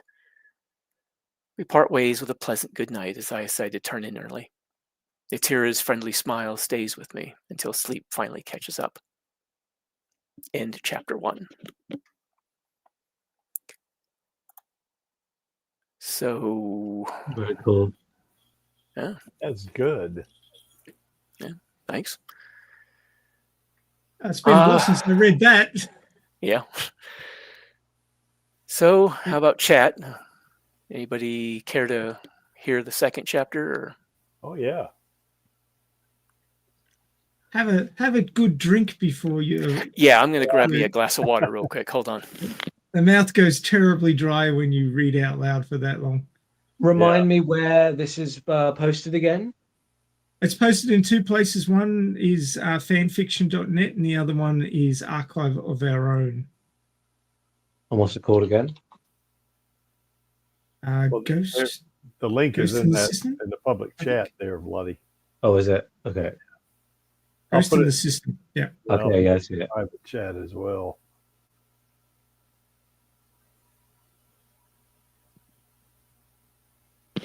Okay. Much better. All right. Well, okay. Yeah. So I guess people didn't find it too objectionable. So Yeah. It'd be like that. That's good. I'll go ahead and bring up chapter 2 here then. Yeah. Did you want to do any setup for it, or is it just continuation? I might do a small setup for it. Okay. A little bit. This is, let's see if remember correctly, chapter 2. Yeah, that's where they're finally going to get a little bit of a change of pace. So it's not going to be on the farm the entire time. The first half is going to be in the second half, or last, I guess, third maybe, is where they finally get to Iron City and some things start happening from there. All right. So, Go. Yeah. I know Go you ahead. just read it. Do you want to just do a very, very brief summary of what just happened at the end of chapter 1? Oh, Just to lead into it. Like previously on, I know it was like 2 seconds ago, but still. okay. Well, Jason recalled his time with his family, becomes homesick, and spends a little bit of time with Natira, the younger woman who seems to have a bit of a romantic interest in him. But Jason sort of evades that, feeling that he can't be open with her because of where he really comes from. He feels he has to hide who he really is and where he's really from. Okay, that's great. He's a man out of time, but not in the usual sense. Yeah. Yeah. That would be a pretty tough thing to hide from somebody if you start a relationship with them that you're 600 years old. Yeah. Yeah.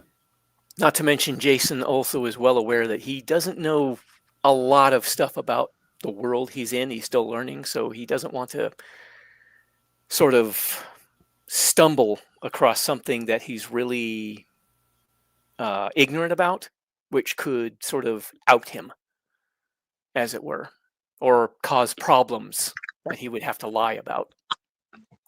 And what Jason discovers a number of chapters later is when he does actually tell people from this time the truth as he understands it, they don't believe him because there's not a lot of there's no which is exactly cinemas, what he was expecting.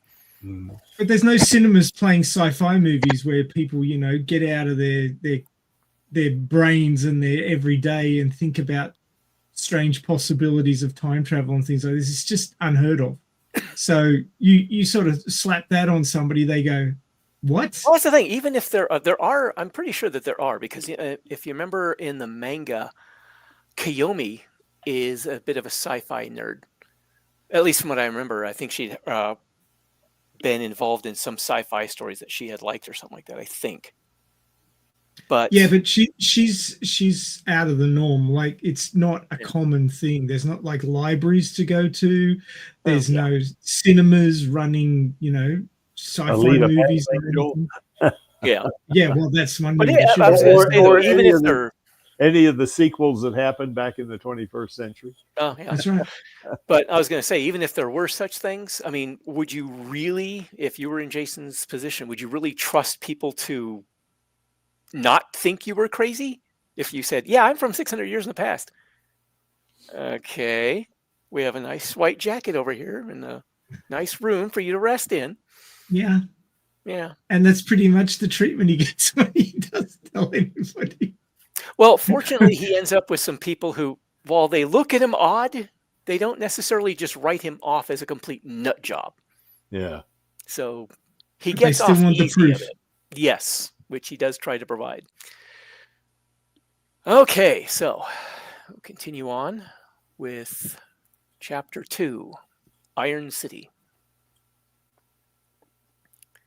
I wake up in the dark and stare at the ceiling for a bit, listening to Axel snoring softly. After a couple minutes of that, I bring my left arm up so I can see the watch on my wrist. Midnight, according to the dimly glowing readout. I feel wrung out, tired. My eyes are heavy, but sleep won't return. The events of yesterday replay in my head. I lay there wondering yet again what the point of all this is. Nothing else I can do. I pray for the strength to make it to the day. It's all I have right now. Make it till tomorrow and hope to find a way home. It helps, I think, that my work here is helping good people keep their home and livelihood. Maybe it's not much, but it's something to keep me going. Crushing loneliness brings me to think briefly about Natira. The two of us seem to get along rather well, and I certainly find her attractive. Should I give it a shot? I quickly abandon that idea. As tempting as it is to lean towards that sort of companionship after so long, the fact of my worsening illness on top of keeping my past hidden means that any attempt at a relationship can only end in disaster. I figure she deserves better than that. I close my eyes for a while, trying to relax enough to get back to sleep for a bit. About an hour or so later, I open them and look at my watch again. 1:35 a.m. I close my eyes again, try not to sigh too loudly, and lay there, unable to sleep but unwilling to give up trying. After a few hours of getting nothing but more frustrated at my insomnia, I remember that I'd forgotten to wash any of my clothes yesterday. I throw my blanket off and swing my legs over the side, only to be greeted by a familiar ache and stiffness that had been developing in my knees.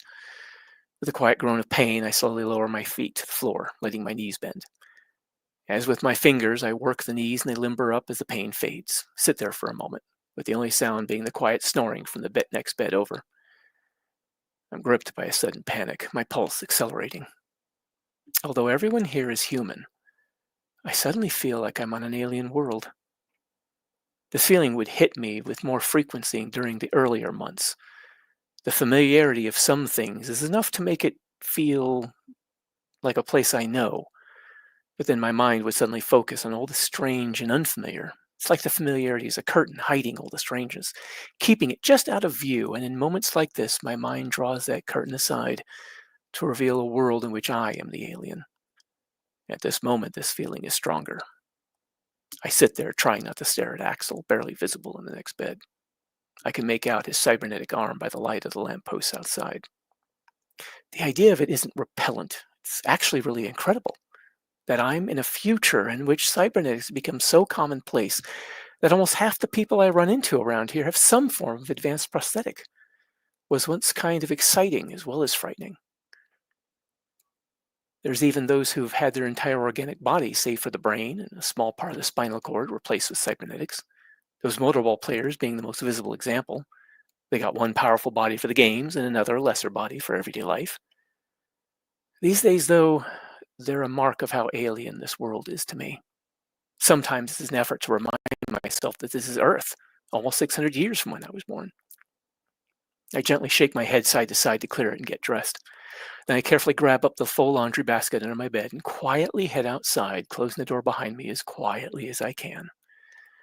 The barracks that the 24 farmhands stay in are placed facing each other, both identical buildings with 6 rooms of 2 people each. Stepping outside puts me under the eave that runs the length of the building. A wide open path runs between the 2 structures, lit by a couple lampposts. Off to the right is a separate building that I think used to be a storage shed but was converted into a laundry for the farmhands before I showed up. I head for the laundry room, feet crunching loudly in the pre-dawn air. Once I get there, I climb the few steps to the little porch in front of the door, awareness pulling at my limbs, making them feel leaden. Lack of sleep is starting to catch up to me, quickly, but I know that the second I lay down, I'd be wide awake again. I reach the door, open it, step into the little rectangular room to see that the light was left on so I don't have to fumble for it with my hands full. The laundry room is somewhat around 3 by 6 meters, with the door set in the middle of the longest side. 4 washer-dryer units are spaced against the opposite wall, with from the door, with narrow tables set against the wall on either side of the door as I enter. I'm about to close the door behind me when I see movement off to my right. I stop and look over, seeing a young woman standing by the far wall. The 2 of us stand there looking at each other in the bright fluorescent light, both of us startled by the other's sudden appearance. The unexpected occupant of the laundry room looks to be several centimeters shorter than my 1.8 meters. Dark hair hangs in ringlets, framing an oval face of dark olive complexion. It's difficult not to notice that she's well built, even through the baggy farmhand clothing. It's also obvious she's been crying. She looks at me with wide eyes. I can see a trace of fear in her voice. It suddenly hits me that it's dark out. She's alone, and some strange guy is standing in the only doorway out. Even back where I come from, that could be cause for concern. In this world, it could be downright alarming. She's standing still as a statue, so I take the opportunity to go first. "Oh, sorry, I didn't realize someone was already here." I immediately surrender the doorway in the event she feels the need to be elsewhere. As I move towards the left side of the room, I say over my shoulder, "If you like, I can get this started and be out of your hair in just a moment." I put my laundry basket on the narrow table opposite the 2 machines on this side of the room and look over at her. I'm glad to see the look of fear is gone. She turns away and I hear sniffling as she wipes the tears from her eyes. As she's collecting herself, I open the washer and start tossing in the paltry wardrobe of extra clothes that I own. A few pairs of jeans, a few t-shirts of various dark colors, a few underwear, and a couple of pairs of socks. After that, I pick up the little box that was under the clothes in the bottom of my basket, pull out a small square of some kind of laundry soap that's compressed into a block about the size of a 6-sided die, toss it in the machine. "No, that's all right," I hear from the woman. "I'll go." I hadn't intended to say anything, overtaken as I am by that old feeling of overstepping boundaries. But as she reaches the door, I call out, "If you don't mind my asking," she pauses, "is everything all right, miss?" I look over at her, raising my eyebrows a bit to smooth out my face from the near scowl that has become a habit to keep it in. She stands there for a moment as if deciding whether to answer. I figure she'll deny anything's wrong and head off. Instead, her chin trembles as she holds back tears and says in a slightly shaky voice, "No, not really." She stands there fidgeting like she's still not sure if she wants to leave or not. Mentally, I heave a tired sigh and say aloud, "Well, if you feel the need to talk about it, I seem to have some free time." I activate the washer, then lean back against the table I set my basket on. When I was first shown the laundry room, I was immensely relieved to see that the machines are still as simple to operate as they were 600 years ago. With one last look towards the door, she walks a few steps over and stops at the end of the table I'm leaning against. Awkwardly, she holds up a folded piece of paper. "I got a message last night." She pauses to fight back tears. "My father killed himself." I nod knowingly. "Been there." I say quietly, "My condolences. I'm sorry to hear that." Then I sit and look at her, eyebrows raised slightly in what I hope is a friendly expression, calmly waiting to see if she wants to continue. As if she'd been waiting for someone to talk to, she goes on. My father had this little shop in the city. It was everything to him. He poured his heart into it, trying to make it work. Business never really picked up, though, so things were tough. I came out here to work, trying to help out with the money I made. She shakes her head, frustration filling her voice. Henry was the only one willing to take a chance on me. No one else wanted to bother with a little unaugmented girl. She stops to choke back some sobs before continuing. I just found out from my sister that Dad's shop had been broken into and vandalized a couple days ago. He lost everything. Her shoulders begin shaking as her voice breaks up. Yesterday he hung himself. My sister just found out last night. She breaks down, crying, quietly sobbing as she covers her mouth with her hands. As she covers her face with her hands, the folded piece of paper sliding out of her fingers to land on the table. I stand there, feeling awkward, leaning on the table, wanting to say something, but completely at a loss as to what to do. I suppose in this situation, a normal person would go over there and comfort her. Unfortunately, I'm not normal. I'm socially awkward, uncomfortable around people I don't know. It's very difficult for me to do something like physically comfort someone grieving unless I feel very comfortable with them. Otherwise, I feel like I'm intruding, a part of me convinced I'm crossing a line that I shouldn't. It's one of those things I've never been able to overcome. I do the only thing I seem to be able to. I wait patiently. Sitting there listening to the young woman grieve for her dead father, I find myself suddenly fighting back tears as memories of my own father's death resurface. The call from my brother Michael telling me that he was sending me a plane ticket to fly down to Nevada. Mom needs help, he said. Dad shot himself.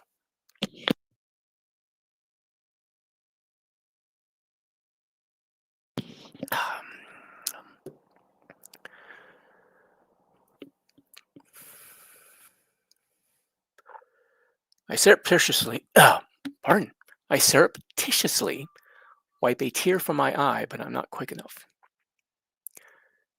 Having pulled herself together faster than I expected, the young lady catches me in the act. I didn't mean to upset you, she says shakily.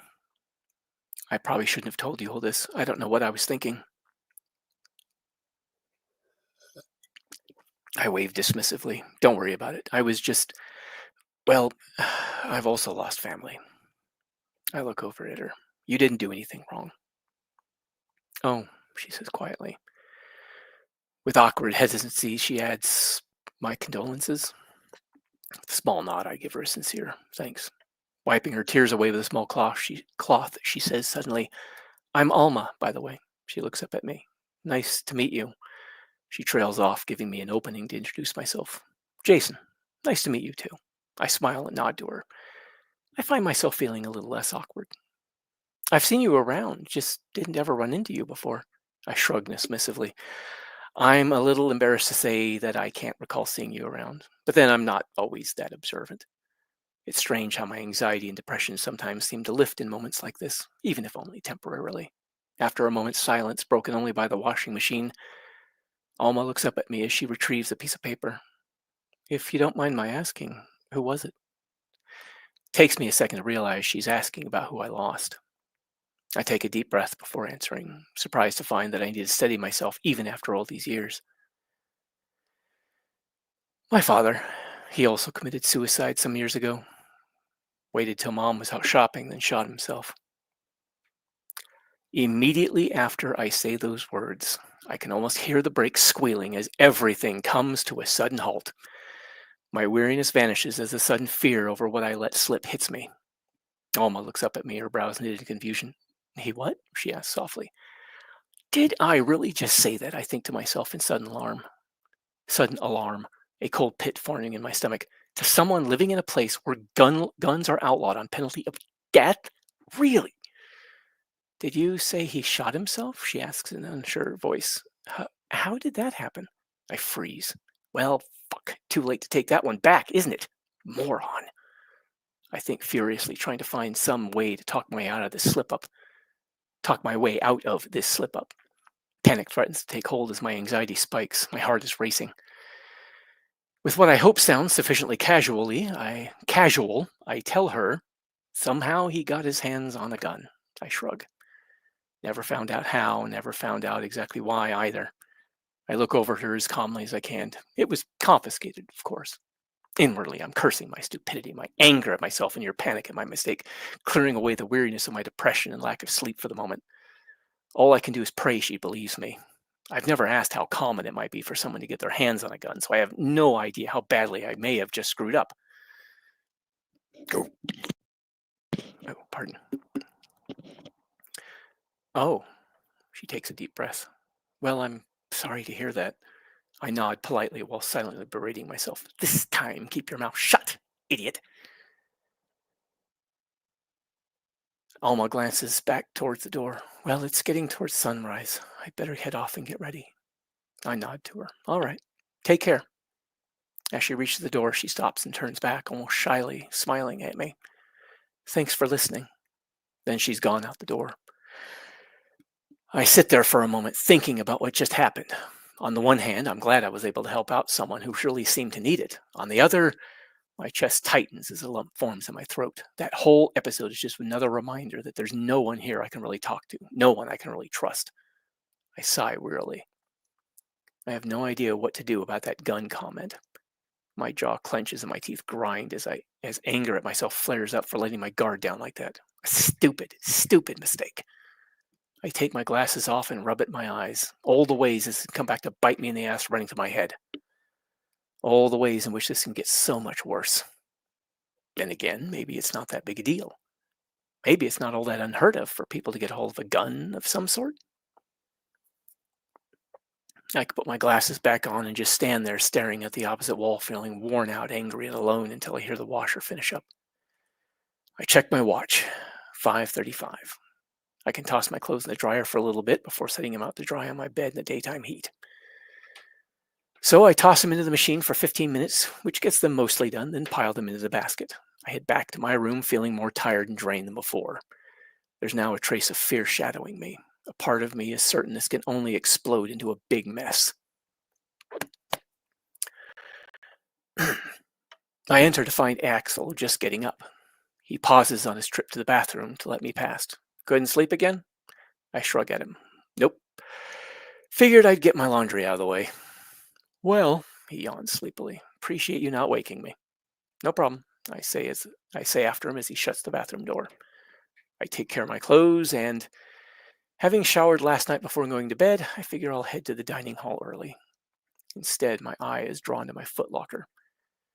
I hear the shower start up and think to myself, if something does go sideways because of that stupid gun comment, they might decide to confirm if I have it on me. That is a pretty serious crime here. I crouch down and unlock it, opening the lid. I take out my wallet, pausing to look through the pictures again. Just as a painful tug of heartache gets me, I put the pictures away and close the wallet. I stuff it into a pants pocket and close the locker before heading out to breakfast. The short trip to the dining hall feels like wading through wet cement. I want so badly just to lay down. But I forge on, getting to my destination just after the bell rings. As a result, I'm just about the first person there, aside from the small kitchen staff. I try to be cheerful in greeting the servers as I get my food and coffee.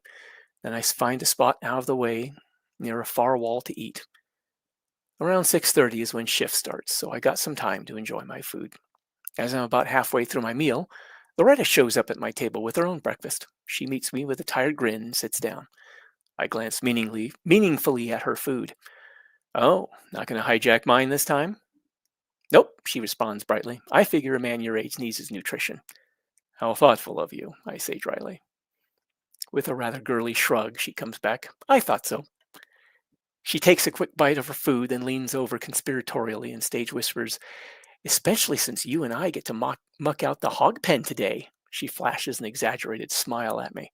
I look back at her, setting my fork down as I lean back. We do? I ask with mock excitement, giving her my best impression of a doe-eyed look. Aw, I hate you too. Her features open into an expression of clearly fake, joyful excitement. I know. Won't it be great? We can wade through the pig shit, taking the delicate aroma of pig piss. She punches me playfully in the shoulder. It'll be the best day ever. I let my face fall into an emotionless mask and say in an equally emotionless voice, I am overcome with joyful anticipation, truly. Morning, Jason, I hear Natira call out. I look over and wave to her as she takes a seat at another table with some friends. Loretta waves as well before continuing. Then we have a midday delivery to make. I snap my attention back to her. Wait, what? You heard me, she responds with a touch of snark. I hang my head a little and sigh. Oh, yeah. It's that time of the week, isn't it? The reason for her chipper attitude becomes clear. Since there are no real days off around Zalum's territory that I'm aware of, the usual custom for the Sheffields is to give anyone making deliveries in Iron City the remainder of the day off.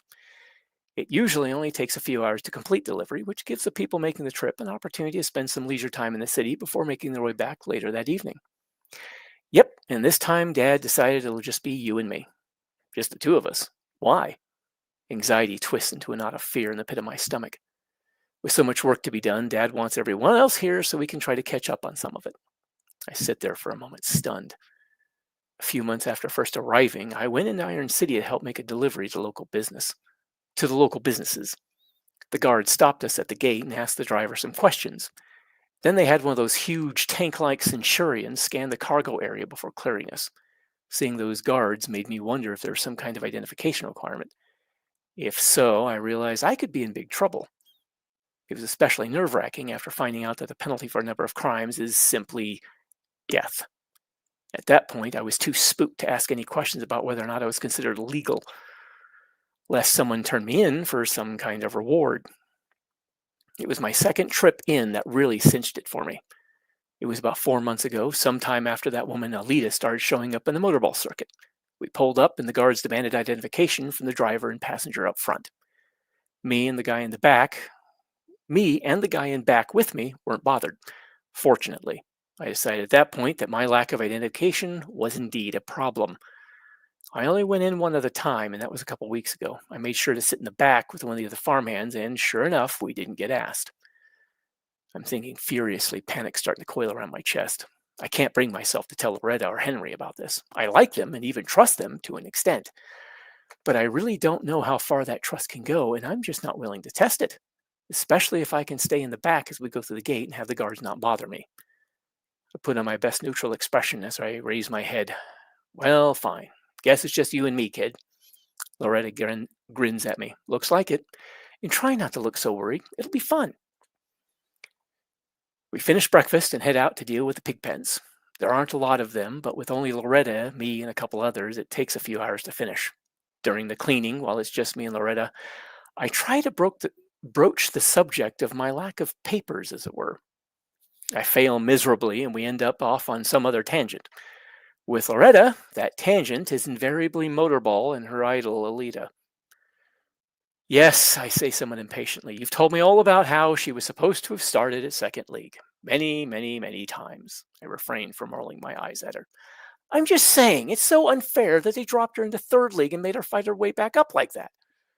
Grunting with the exertion of pushing manure into the waste pile for later removal, I finally give in and roll my eyes at her. Many, many, many, many times. You know, she says as she piles more manure onto the waste heap, you'd probably find yourself liking Motorball if you actually watched a game or two. I've seen plenty of Motorball, thanks. I've lost count of the number of times she's harped on this very subject over the last few months. Really? Because I know, the only Motorball you've seen is on those view screens over the streets. I'm telling you, it's something entirely different if you were to see a game in person. I sigh loudly in irritation. You can't ask someone else to go, you know?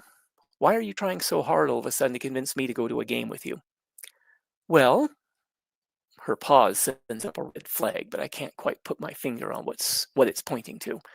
Maybe I'm just trying to get you to find some activities outside of work.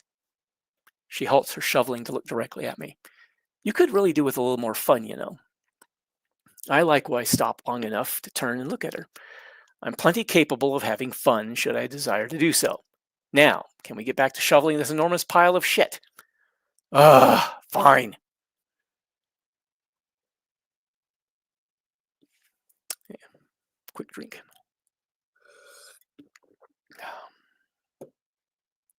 We managed to finish just before lunchtime. I hop over to my room and put my clothes away, relieved to find that they had enough time to dry on the bed.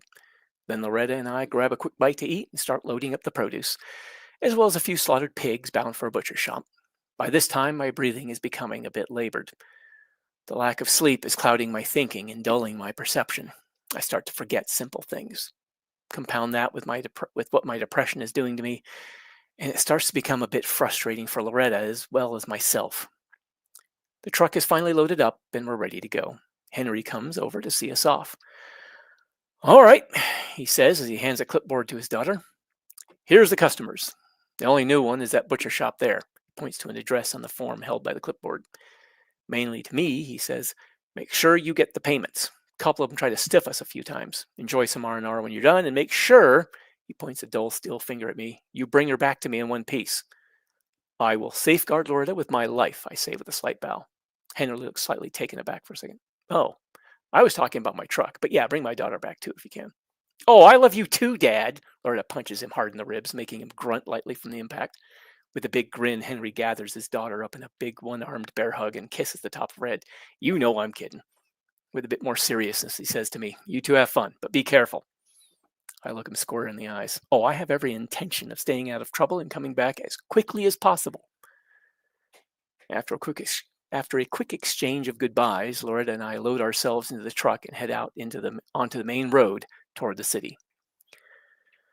As we drive, my fatigue begins dragging me down again, but my anxiety starts piling up. A jittery energy starts to suffuse itself into my limbs, making me feel like I need to be doing something. For the most part, we drive in silence. Loretta, likely about as tired as I am. I lean my head against the passenger door window and watch as the world passes by. My eyelids start to droop and I nod off for a moment. I snap back awake. Outside the window, I can see that we're now passing the factory farmlands. They're much, much larger than the family-run farms on the outskirts.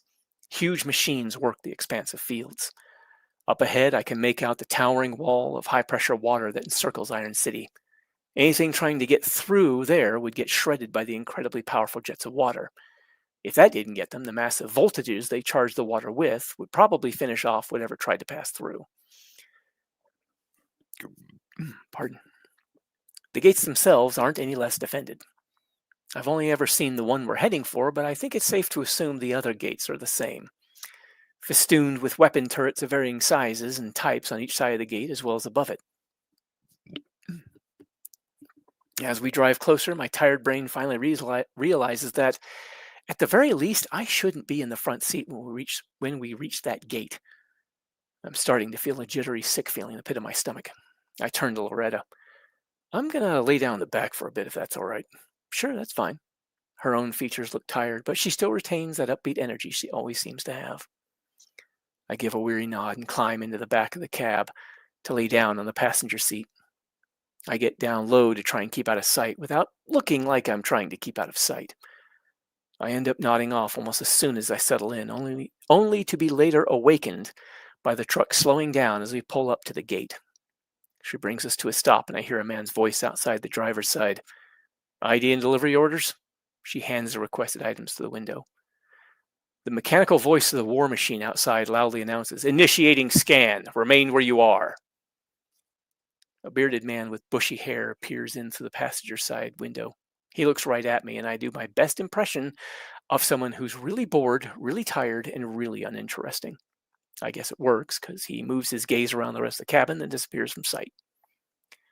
After another 15 minutes or so, the massive Centurion's voice declares, "Inspection complete. Vehicle cleared." I see the clipboard with the delivery orders and Loretta's ID get passed back to the window where she takes possession of them. "All right, scan's clear. Proceed," says the man. Loretta smiles and nods and puts the truck into motion, passing by one of the Centurions on duty, its tank turret-like body turning to track us with a small cannon on either side of its hull. Then we're through the gate and heading down the streets among the industrial and somewhat mismatched architecture of Iron City. End chapter.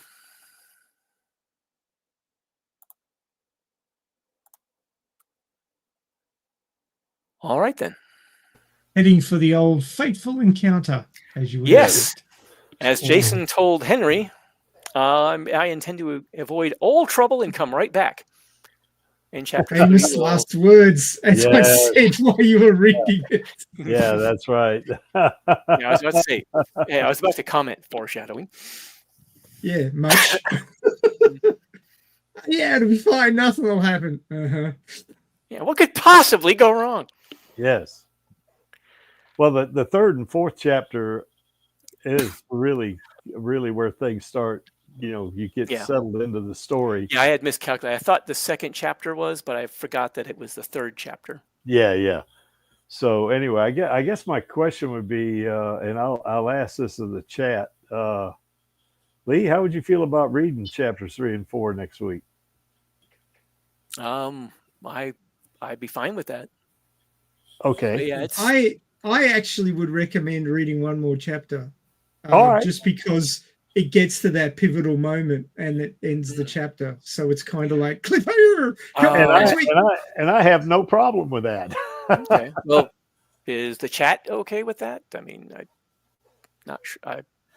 Well, would like to Alita get the in. Killing Angel says it's starting to get exciting here. So Okay.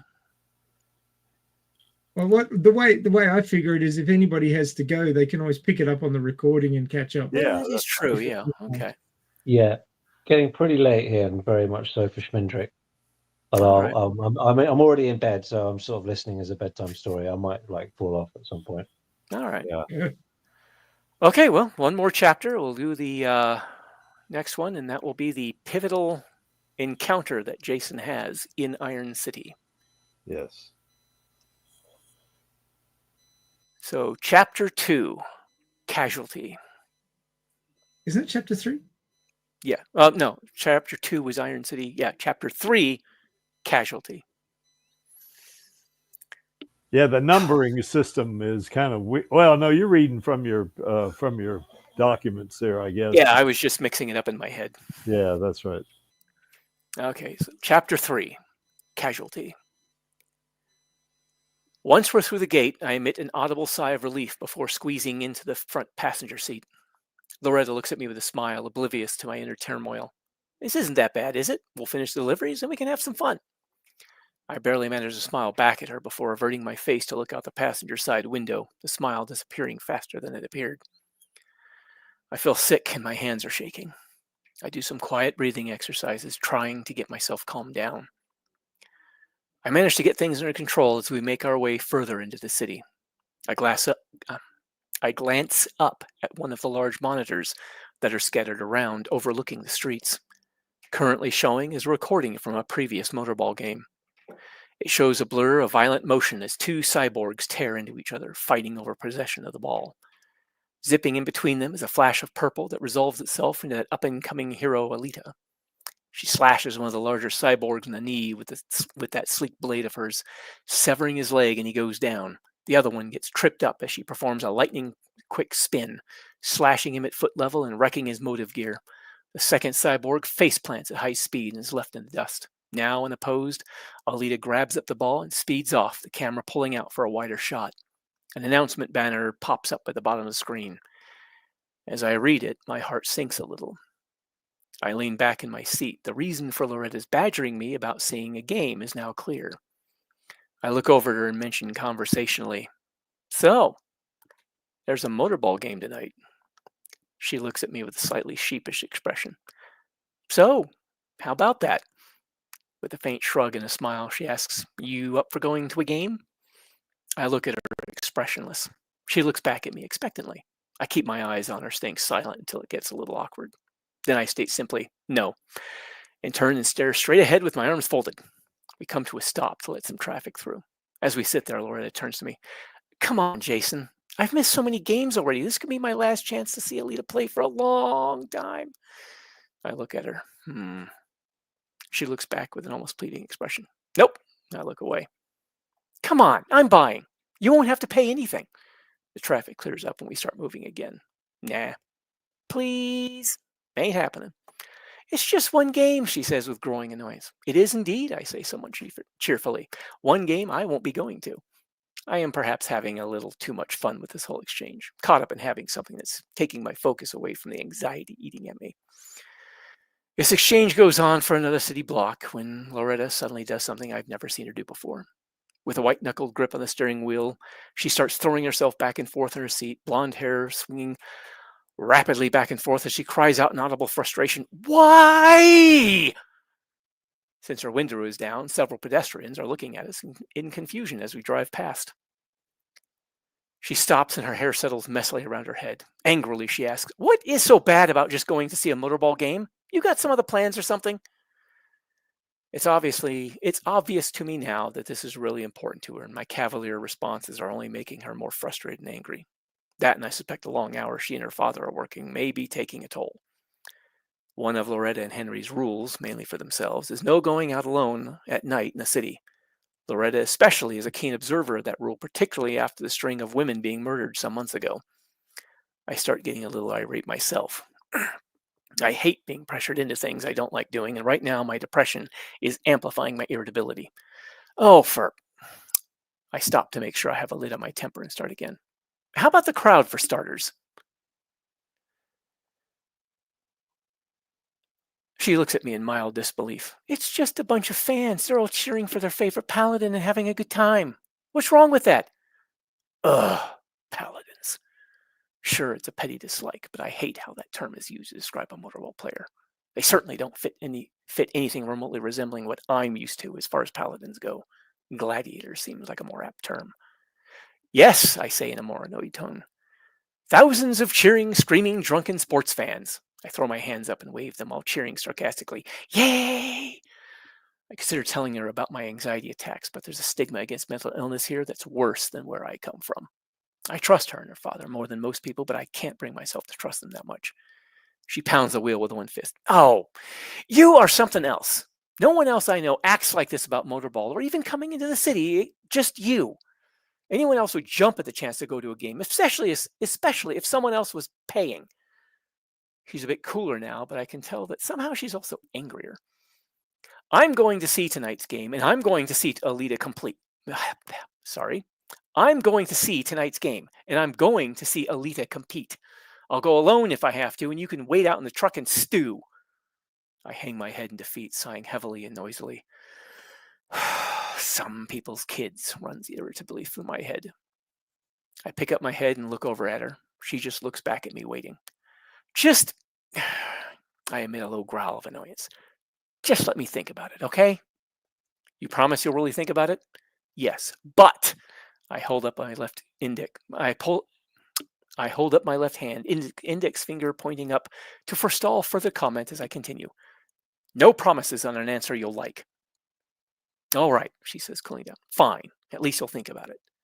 She's quiet for about a third of a block before asking in a mildly annoyed tone, were you used as a motorball when you were a kid or something? Is that why you hate the game so much? I want to say, no, when I was a kid, I was trout fishing, shooting guns, and racing sled dogs in Alaska around about 600 years before you were born. Instead, I settle for burying my face in my hands and groaning with weary frustration. My glasses get dislodged and fall into my lap. I sigh, pick them up, and put them back on as I lean back in my seat.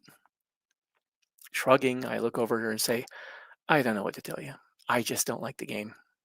I've already decided to go with her, but I wanted to give myself some time to find a way to avoid the whole thing if possible, while also not needing to explain to Henry why I let his daughter go unaccompanied at night in a dangerous city. Loretta just shakes her head and sighs, clearly unable to grasp why I react the way I do to these things. We finish the drive in silence. The argument has left me feeling a little more drained, and I end up dozing off again. I wake up to find that we've arrived at the marketplace where the first of our deliveries are to be made. She pulls up and parks in front of the store, a little grocery-style place. The owner comes out, we offload his order for him. After that, he pays Loretta, and we head to the next one. This one is a little diner. An elderly lady comes out to meet us and greets Loretta warmly. We offload her supplies, and with a friendly goodbye, we're off to our next stop.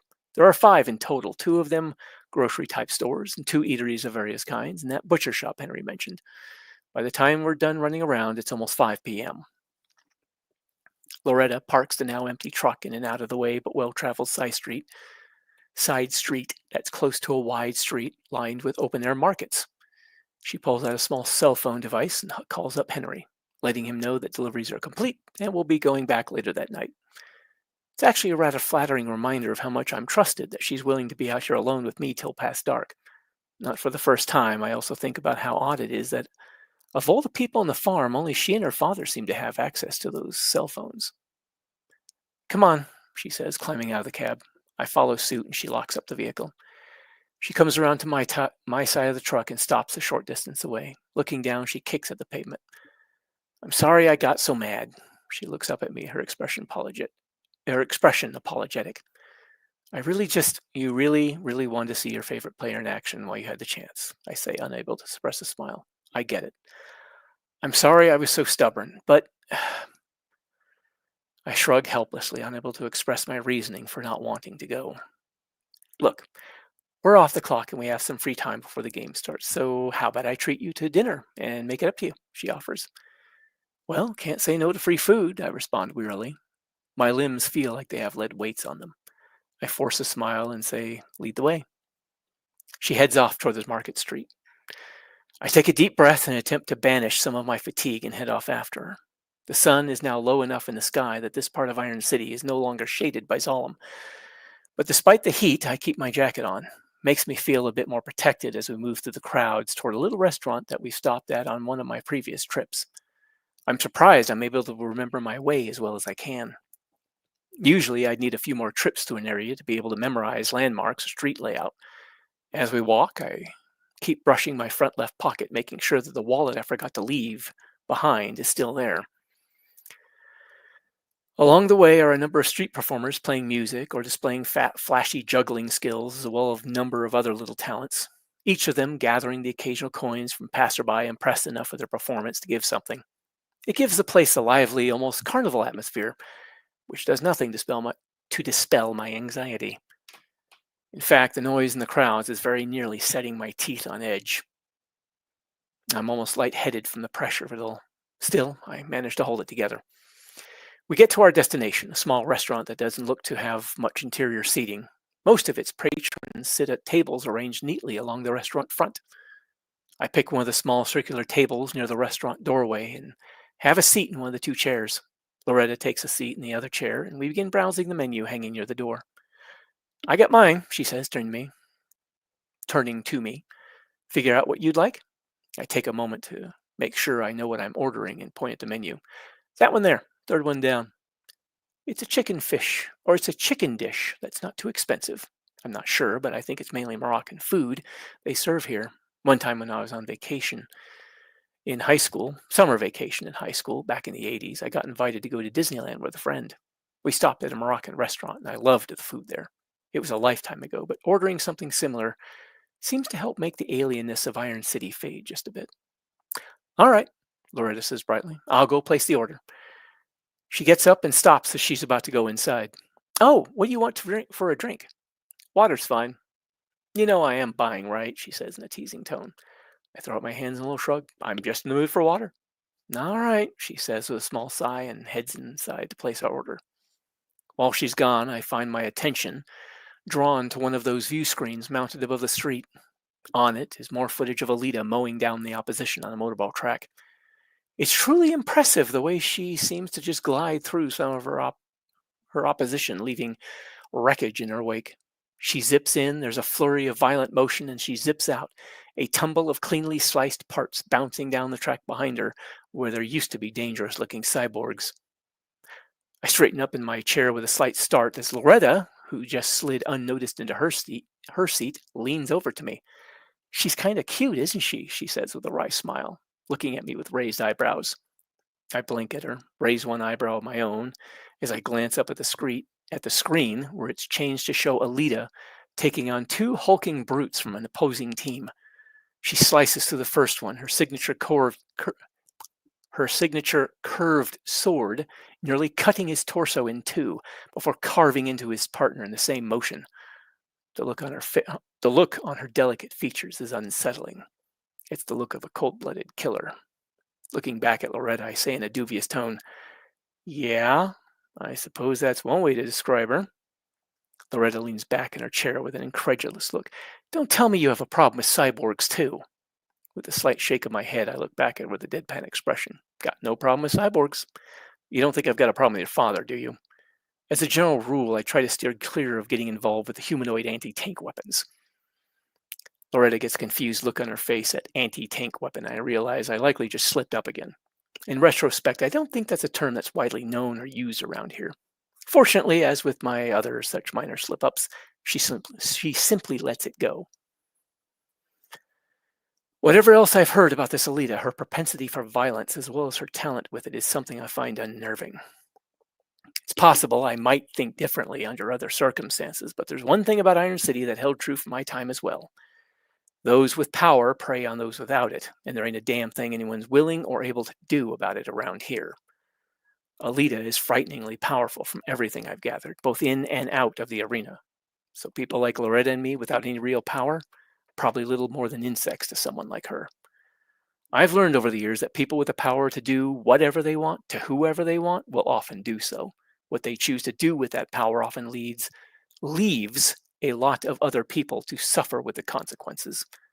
I have no doubt that Loretta would quickly change her tune about Alita if the two of them were to ever meet face to face. You know, Loretta says, sliding a glass of water over to me, then picking up her own drink, you really could learn to loosen up a bit. You take things so seriously sometimes.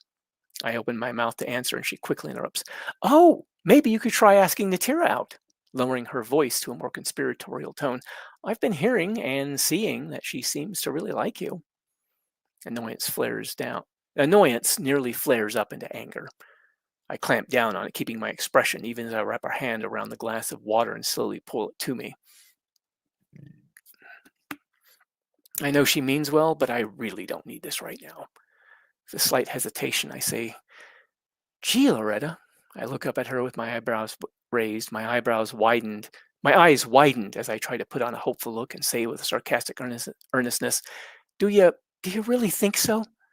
Her mouth presses into a thin line, her expression hardens almost imperceptibly. She sits there like that for a second. I can't believe you. There's an attractive woman working right alongside you that's been trying to get your attention, and you won't even pretend to be interested? Her outburst draws the attention of nearby patrons who look over at us with curiosity, most of whom quickly turn back to their own business. I lean back in my chair and cross my arms. I let my face slide into a more neutral expression, eyes slightly narrowed, preparing to let her vent. She leans in a bit, lowering her voice. Everyone else has a life outside of work. Everyone else hangs out and has some fun occasionally, except you. Through the hint of anger, I can see real concern in her eyes. You don't like motorball. You're always got some excuse for not wanting to socialize with the others. You hardly ever talk to anyone about anything that's not work-related, and never about yourself. No one even knows if you have any family or friends, or even where you used to live.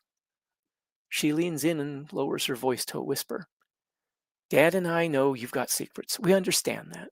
She jabs an index finger firmly onto the tabletop to emphasize her next point. But you've proven yourself to be someone we can count on. She then rests her elbow on the table, her expression softening. Partly because of that, he and I have come to think of you as a friend. As friends, we're getting worried, if you don't mind my saying so. Now I feel bad for mocking her about bringing up Natira.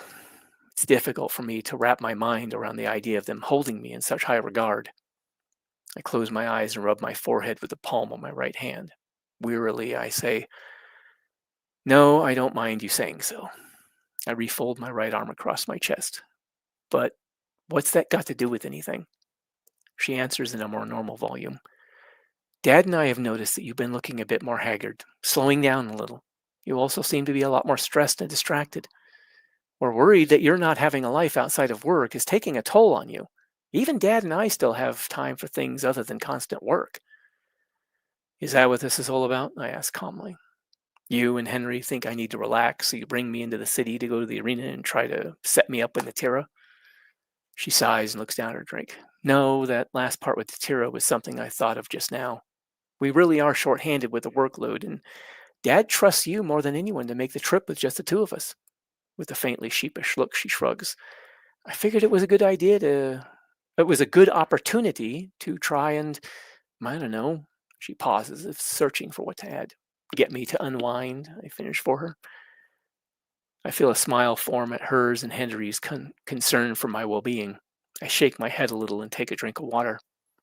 Looking somewhat embarrassed, Loretta leans back in her chair, letting her hands fall in her lap. I'm sorry if that upsets you, but I really was just trying to help. She reaches up with one hand and slowly rotates her drinking glass on the table, fiddling with it as she talks. I guess I just underestimated how much you hate Motorball. She looks at me with a trace of sadness in her eyes. Guess I also misread that whole thing with Natira. I put my glass down. My brows descend over my eyes. I look at her, somehow a little angry with myself for acting the way I did in the face of her concern. I do like Natira. She's friendly, attractive. I even like spending time with her. I stop, unsure of how to continue without digging myself into a deeper hole. Then why not go with it? Loretta asks with a hint of earnestness. I sit there for a moment, trying to come up with anything, but I'm at a complete loss, mind totally blank. Loretta's words about her and Henry's trust in me go through my mind. On impulse, I decide to take a risk on a different subject. I lean forward, rest my arms on the table, and say in a low whisper, I don't have any ID. Loretta looks at me with a confused expression. Then get a new one. I lean in a bit closer. I'm not in the system. I raise my eyebrows and look at her intently, hoping she sees what I'm getting at. It takes a few seconds, but realization seems to come to her. It won't be a new ID, I continue. It'll be my first ID. My heart's pounding. I pray I'm not making a big mistake trusting her. I glance around, hoping no one heard that. No one's paying it any attention, at least not openly. Her eyes widen a bit as she leans in, whispering with a hint of credulity, Is that what you've been keeping secret this whole time? The fact that you don't have any identification? That you're, she lowers her voice even further, not in the factory information net? I turn my hands up and make a shrugging motion. Pretty much. With the factory handing down death sentences for so many things, I didn't want to speak up about it. Hell, it's one step away from death for jaywalking. Our faces now inches apart. Loretta looks faintly relieved. Well, that's not that big a deal. She gets another confused look. Wait, what's Jay? She rolls her eyes and waves her hand dismissively. Never mind. Surprised at her answer to my ID problem, I let my voice get slightly louder. It's not? Really? Her expression becomes crestfallen. Well, come to think of it, it wouldn't have been 4 months or so ago. Ever since that attack on the factory and Vector's death, compounded with those bandit raids to the north, security has really clamped down with that new law. Maybe it is best if you keep this to yourself, at least for now. With a faintly furrowed brow, she adds, I mean, I don't think they'll kill you on the spot, but you'll probably be denied services for a lot of things, and you sure as hell won't be allowed to the gates. And if you're not in the network, I have no idea if they'll even issue one at all with the way things have gone. You're lucky they've only really been checking the drivers of farm vehicles up to now. I nod solemnly, momentarily flooded with a feeling of relief, not just because I can trust her with something that's sensitive, but also that it's not a shoot-on-sight kind of offense. I recall my earlier slip-up with my father's suicide, and there's a flash of irritation at myself for not keeping a tighter rein on my mouth. This fatigue and lack of focus are going to cost me if I'm not careful. There's also bitter disappointment. I could have applied for identification and removed this whole ID thing as a concern if I hadn't waited, if I hadn't let my fear and paranoia get the better of me. Loretta's eyes suddenly go wide, and she quietly gasps. You weren't born in the city of the surrounding farms, were you? Her eyes get a little wider as her eyebrows climb just a bit higher. And you're not an exile from Solemn either. That's why you seem so unfamiliar with the laws around here. I thought it was kind of strange the way you never seem all that sure about basic things. I try to keep my expression neutral as I search for a believable excuse, but she keeps going on her own. I can see her mind working as she starts piecing things together. When you first showed up at the farm, you were too clean cut to have been one of the renegades or bandits that live in the Badlands. She excitedly whispers. I can almost see her mind working through all the little things that didn't add up, things that I either couldn't do something about or didn't think to at the time. The odd, well-maintained clothes, the strange way you talk sometimes, the unplaceable accent. Can't believe I didn't notice it sooner. I panic a little as I attempt to preemptively head off any questions into my past. Look, I'm just a little new. I've never caused you or Henry trouble, and I have no intention of starting now, okay? If you weren't born around here, then where are you from? She leans back a little into her chair, looking at me intently as if seeing me for the first time. I'm suddenly thinking this was a bad idea. There's no way I could tell her the truth. She wouldn't believe me anyway. I draw back from her slightly as I try to come up with some kind of response. Is about all I managed to get out when we distracted by a commotion behind me.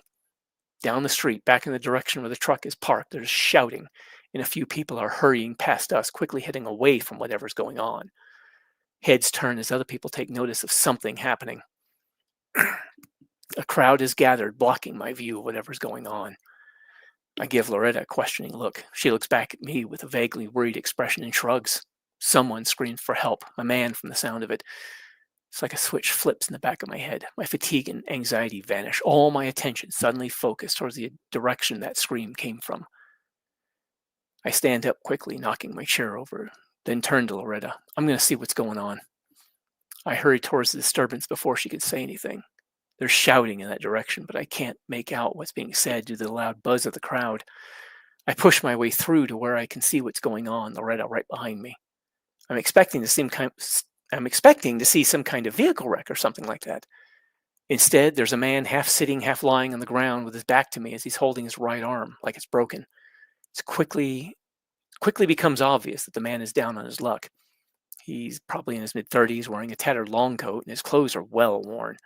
On the ground next to him is an old baseball cap that probably covered his long matted hair before it was knocked off. Standing over him is another man, built like one of the biggest linebackers I've ever seen. He's dressed in some kind of old but well-kept black leathers, kind of like a biker, but with more formal, somehow more stylish. For some reason, it brings to mind hired mob muscle. He is very obviously heavily augmented. Both arms and legs are very noticeably cybernetic, even under the leather, and he may have more augmentations under that leather jacket. This guy has what looks like an old duffel or travel bag in his hands, and he's turning it inside out like he's searching for something. You said you had more, the linebacker roars, his face contorted in anger. Where is it? He pulls out more random items and what looks like trash, throwing it to the ground. The man on the ground is clearly terrified. Please, I gave you all I had. He slowly crawls backwards away from the leather-clad cyborg using his left elbow. I have a little money, you can have that. From what I can see, it appears that the larger fellow is robbing the man on the ground and is likely going to inflict worse than a broken arm if he doesn't find whatever he's looking for. For a second, my eyes leave the two men in the middle of the street and I take in the crowd. Everyone is standing around, watching. Not one is making a move to even try to help. Unsurprising. Even in my own time, this is how things would often go. Hell, on more than one occasion, I'd read a news story about someone who was being stabbed to death in the middle of the street, or something equally terrible was happening to someone, and no one lifted a finger even if there was a whole crowd gathered. One of the people in the crowd is wearing a sort of light armor, armed with at least 3 different melee weapons that I can see. He's also heavily augmented, and likely one of those bounty hunters they call hunter warriors around here. He stands there watching things unfold like it's just another form of entertainment. If the bounty hunter ain't moving, then this cyborg in the leathers likely has no bounty on him yet, which means no one's going to help.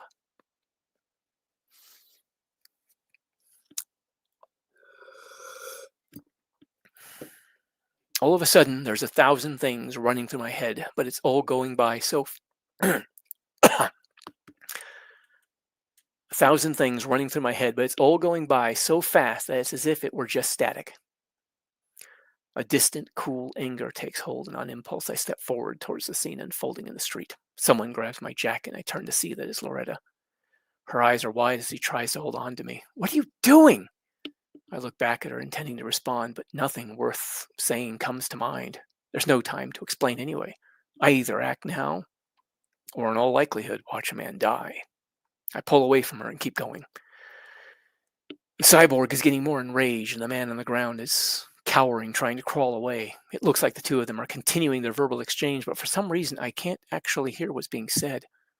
I can't actually hear much of anything. With each step, I feel fear rising up. What am I doing? Runs through my panic mind. Have I suddenly gone suicidal and didn't even realize it? I can't fight this guy. I've got no special training or skills. What the hell am I going to do when I get there? Despite all that, the anger never leaves me, and it's like something's driving me forward. I can't. I won't stand by and watch a person die in front of me. Not if I could have done something about it. By the time I reach the pair, my legs are feeling rubbery, and about the only thing I can feel is that anger and a strangely distant terror at what I'm doing. The world takes on an unreal, dreamlike aspect. I look down at the man on the ground. He looks up at me, his features contorted in fear and pain. Upon seeing me, it's as if he's silently pleading for help. I can now see that the army's cradling is definitely broken. There's a strange calm that comes over me as I look up at the towering cyborg. He looks at me as he's looking at me like he can't quite figure out what he's seeing. I'm not sure how, but I managed to speak in a calm and collected manner. Howdy. Amazingly, he just stands there listening as I talk. I notice there seems to be a bit of trouble here. I was just about to sit down to eat. Care to join me? I gesture back towards the restaurant with my thumb. How about I get you something? We can talk about it. Not sure what I'll accomplish, but if I can get him focused on something else, maybe this situation can be diffused without anyone getting hurt. For a moment, the big guy looks like he's about to calm down, like this might actually work. He drops the duffel bag and looks confused for a moment, as if he's not sure what's going on. Then in the blink of an eye, his demeanor changes. It's like someone or something else takes over. I've seen this sort of thing before, and it's clear now that this guy is on some kind of drug. Maybe more than one. The look in his eyes changes, and his face contorts in anger and rage. His lips peel back as he bares his teeth. He roars something at me in some other language as his right arm comes up to backhand me. He's so fast. I can see the blow coming, but there's no dodging it, no sidestepping it. I'm being attacked by a heavily augmented man who's obviously raging out on some chemical cocktail. And I am a 53-year-old Air Force veteran who never really had any combat training and who is, at this moment, entirely too sober. His blow lands on the right side of my head and in my eye, catching me mid-blink. Pardon. The world is sent spinning wildly, and I can feel myself tumble across the pavement. When everything comes to a stop, there's a sudden explosion of pain on the right side of my head that I can't see out of my right eye. I'm lying on my stomach, badly stunned and barely able to move. I hear someone scream my name in a terrified voice. I'm struggling to pick myself up, and I can feel something warm run down the right side of my face towards my nose and mouth. A thin stream of blood is pouring onto the pavement off the tip of my nose. There's a sudden impact on my left leg at the knee, and an explosion of agony rips through me. I open my mouth to scream, but I don't know if any sound actually comes out. There's a second impact on my right leg at about the same place, and this time I can feel my bones crunch under the impact. The pain is so intense that I'm hit with a wave of overwhelming nausea.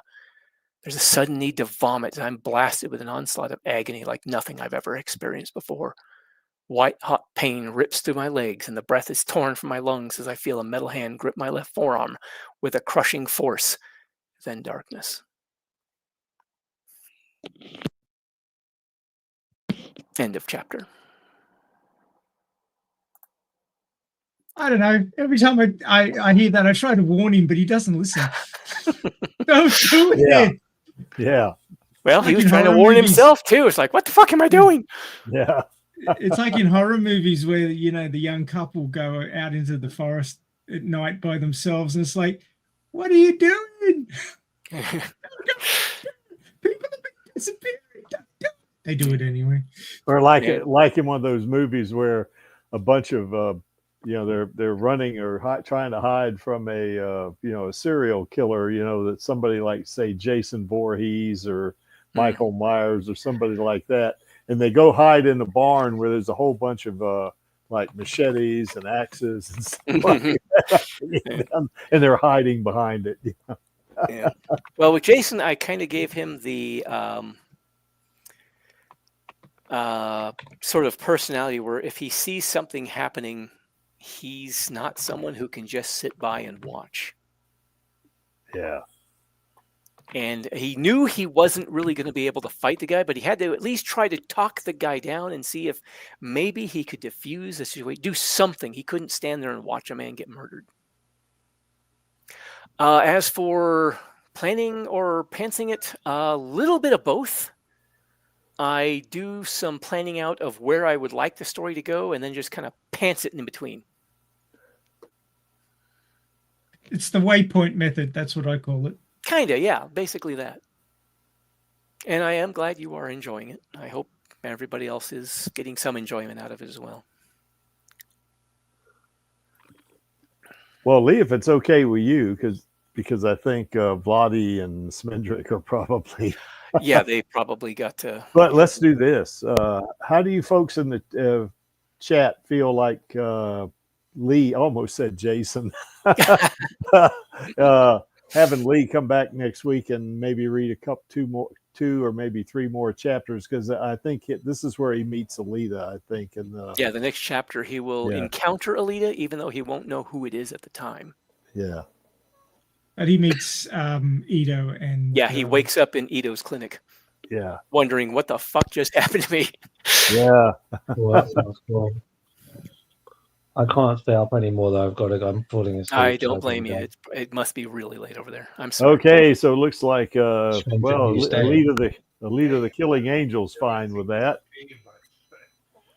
and I'll bet your girlfriend doesn't mind either. There, Lee. So, she might not. She's always been rather supportive of this whole thing. Yeah. Lee's reading Vladdy and Schmendrick cheery bedtime stories. Cheery, yes. Sleep well, guys. Yeah. Overwhelmed by white hot agony like I've never experienced, and he lived happily ever after. Yeah. For all of 5 seconds. Okay, I'm off, guys. See you. All right, we'll see you. Good night. See you next Good night, week.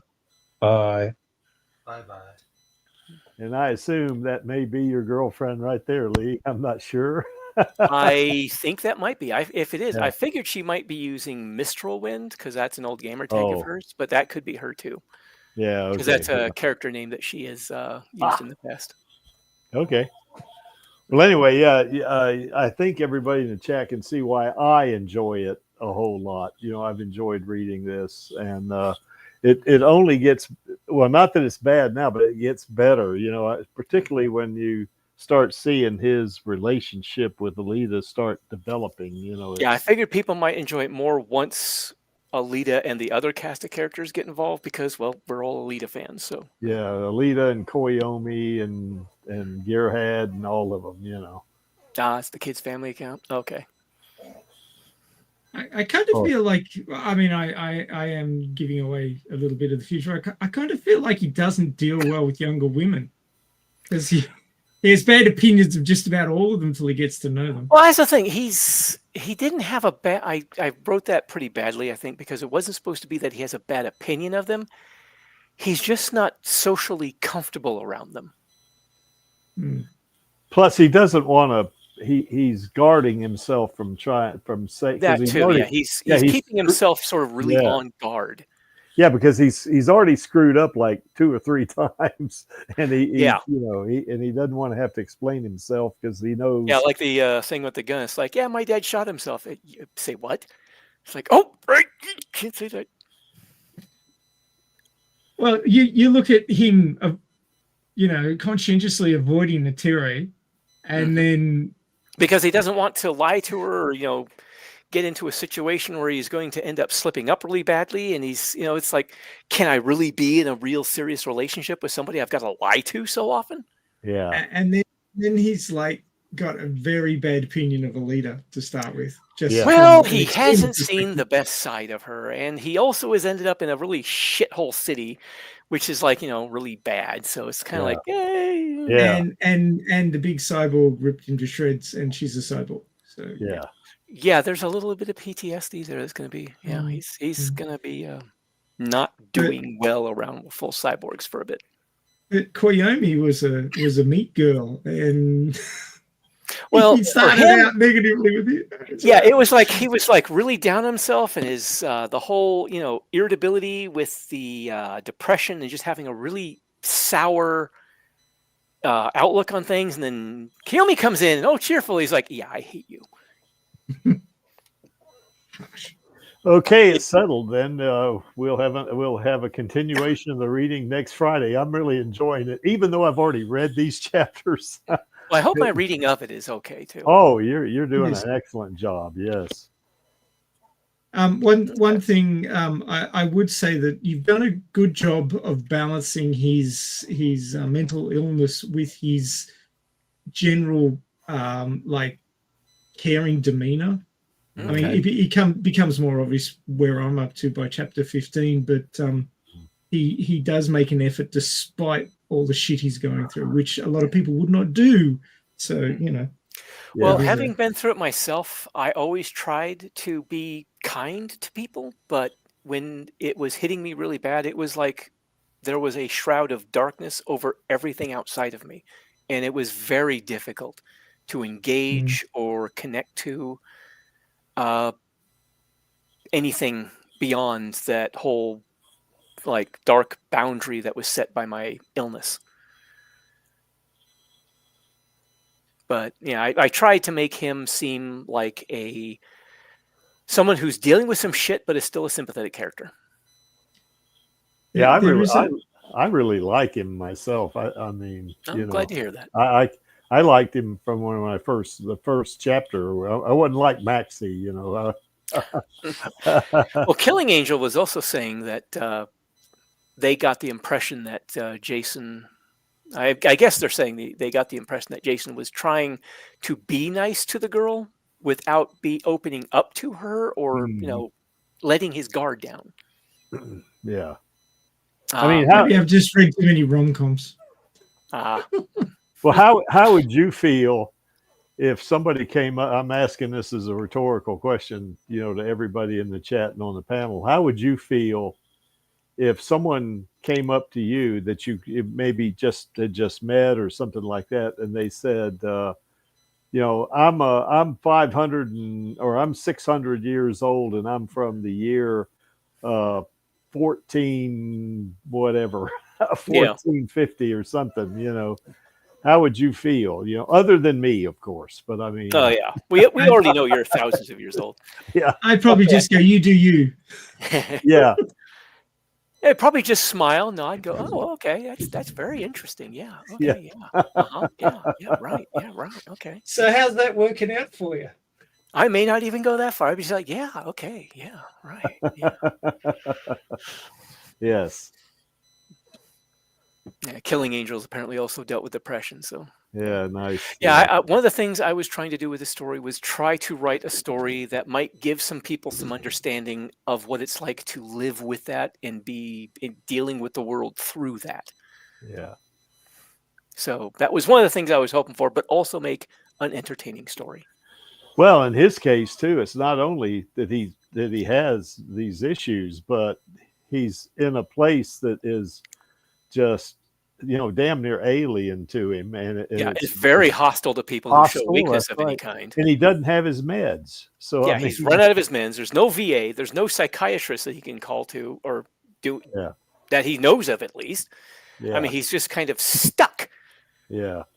But this violent encounter does turn his life around and actually makes him fortunate enough to end up with people who can really help him. Yeah. And one thing I did want to ask, Lee, and it's not obvious in the story because we don't really cover the time where he is properly medicated. Was he pretty stable with the medication? Like it's you basically alluded to it, but I just wanted to double check because you were saying, I mean, you said that it's been like 20 years since he had those serious bouts of depression, you know, close to offing himself. But it sounds like maybe with the medication, he's pretty stable. Yes. For me, my medication really started kicking in, I think, about 10 years ago. I mean, even before that. For me, it has been about... Actually, I think I'm 55. I was about a little over 20 years now since my last serious suicidal episode. What year were you born, Lee? I was born in 1970. Oh, I was born in 69. Ah, same year my girlfriend was born in. We are very much of the same generation. Same generation. Yeah. '69 is when I had my first girlfriend.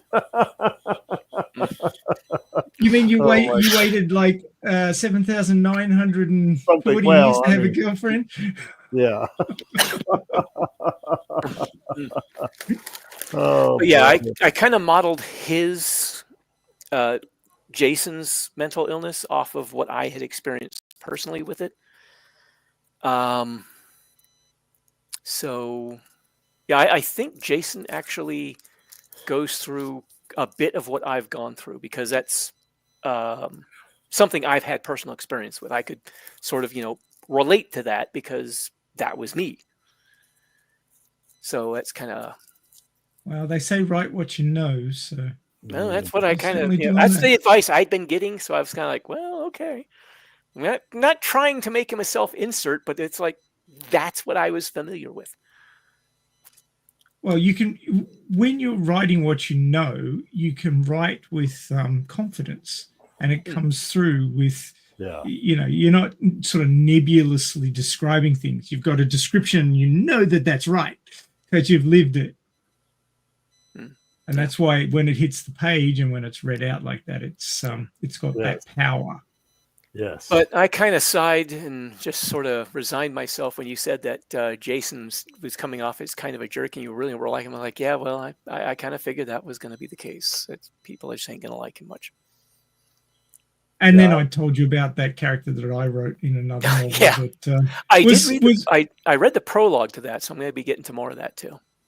I never thought Jason was a jerk myself. I liked him immediately. Well, I guess it's good that different people were getting some different takes on that, because it was giving a You can come off as an ass but not actually be one. It's just that it's perception versus reality.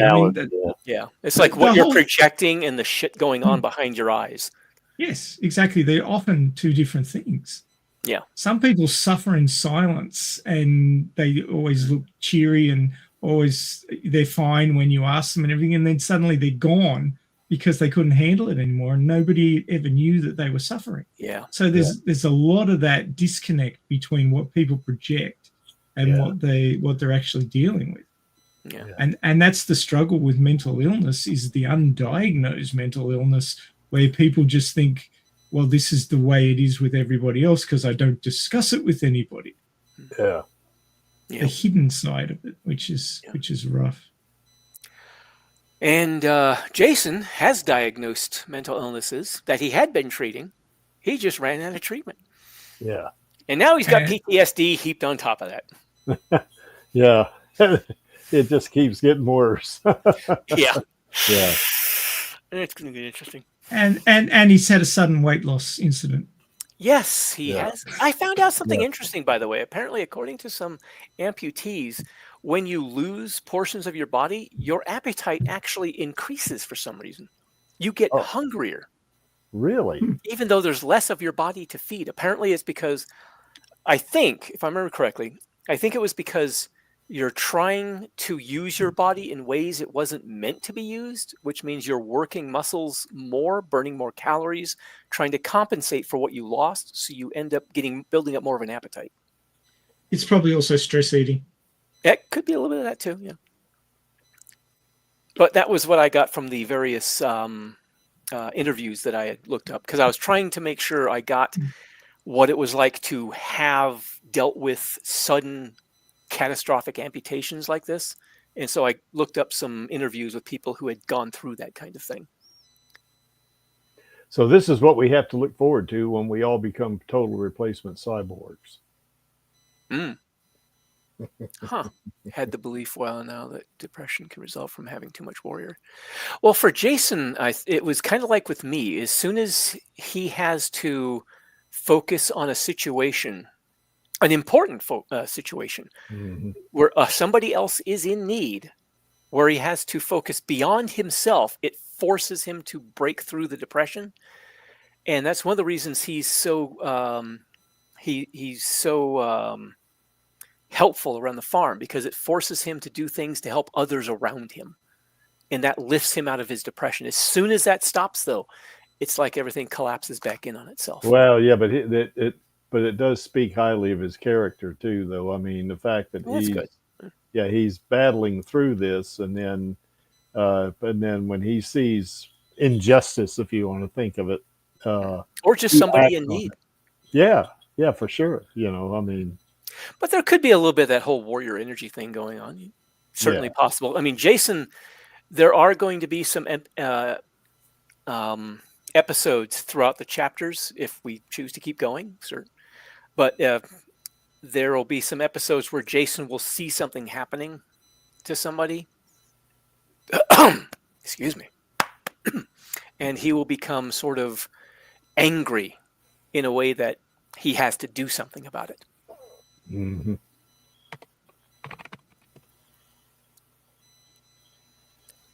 Yeah, that's right. That's right, Killing Angel. Yep. I wouldn't say that I dislike Jason, especially after reading chapter 14. I know that he's a good person. And Oh, he's when he a lot started better- being snarky exchanges with Alita and all that. No, it was when. Oh, well, okay. I don't want to spoil, but it was when he helped a stranger. Oh, yeah. Yeah. Okay. You know what Yeah, I mean. I struggled with that because I didn't want Alita to be painted in a bad light because I wasn't trying to do that. But I kind of figured her being in Iron City, it's just when there's an environment you're in and certain things are done a certain way, it may not necessarily occur to you to do things differently than what everybody else around you is doing.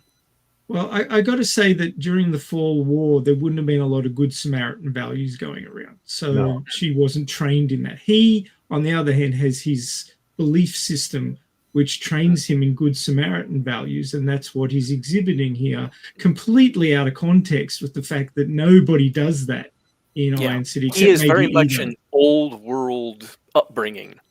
Yes. Hundreds of years old world upbringing. Yeah. Which puts him very much at odds with the environment that he's in.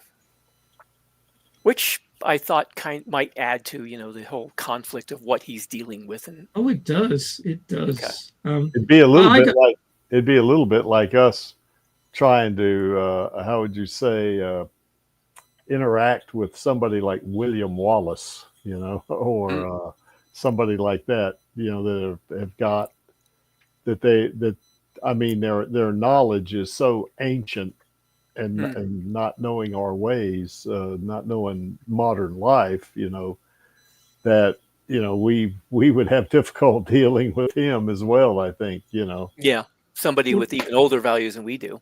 Yeah. Despite all the crazy shit that's going on in the world at the moment, we do live in a peaceful era. Yeah. Whereas the people in William Wallace's time, or the people in Iron City, they're struggling to survive. Yeah. So we're not struggling to survive. We all have food. We all have a roof over our heads. Nobody's trying to kill us that we know of. Like not. Well, even in Iron City, there may be some sense. areas where it is sort of relatively peaceful, but even in those areas, there's still going to be a higher rate of crime than we're used to, and people looking to take advantage of somebody showing a moment of weakness. Yeah, exactly. So that's why the whole perception is different. If you grow up in an environment which is dangerous and you could, be attacked or lose everything at any given moment, you are going to have a different outlook. You are going to be more insular and protective. Yeah. So it's just human nature. That scene that you were referring to, I'm not going to say anything about it, but Alita was there with him. She saw the same thing. And I was worried that it would paint Alita in a bad light, which was not my goal with that. So yeah, I got that feeling. I saw that you handled it very carefully. Yeah. Okay. Yeah, I don't think it does paint her in a bad light myself.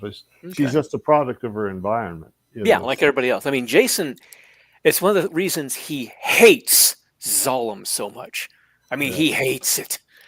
Not in the way that Den did, that where he would want to bring it down, but Jason knows who's got the power in this situation. He knows who could fix this if they wanted to, and he knows they're not doing it. And he and Alita bond over that shared hatred. Yeah. Yeah, there's some good times ahead in the story on that one. So it starts in the next chapter, actually.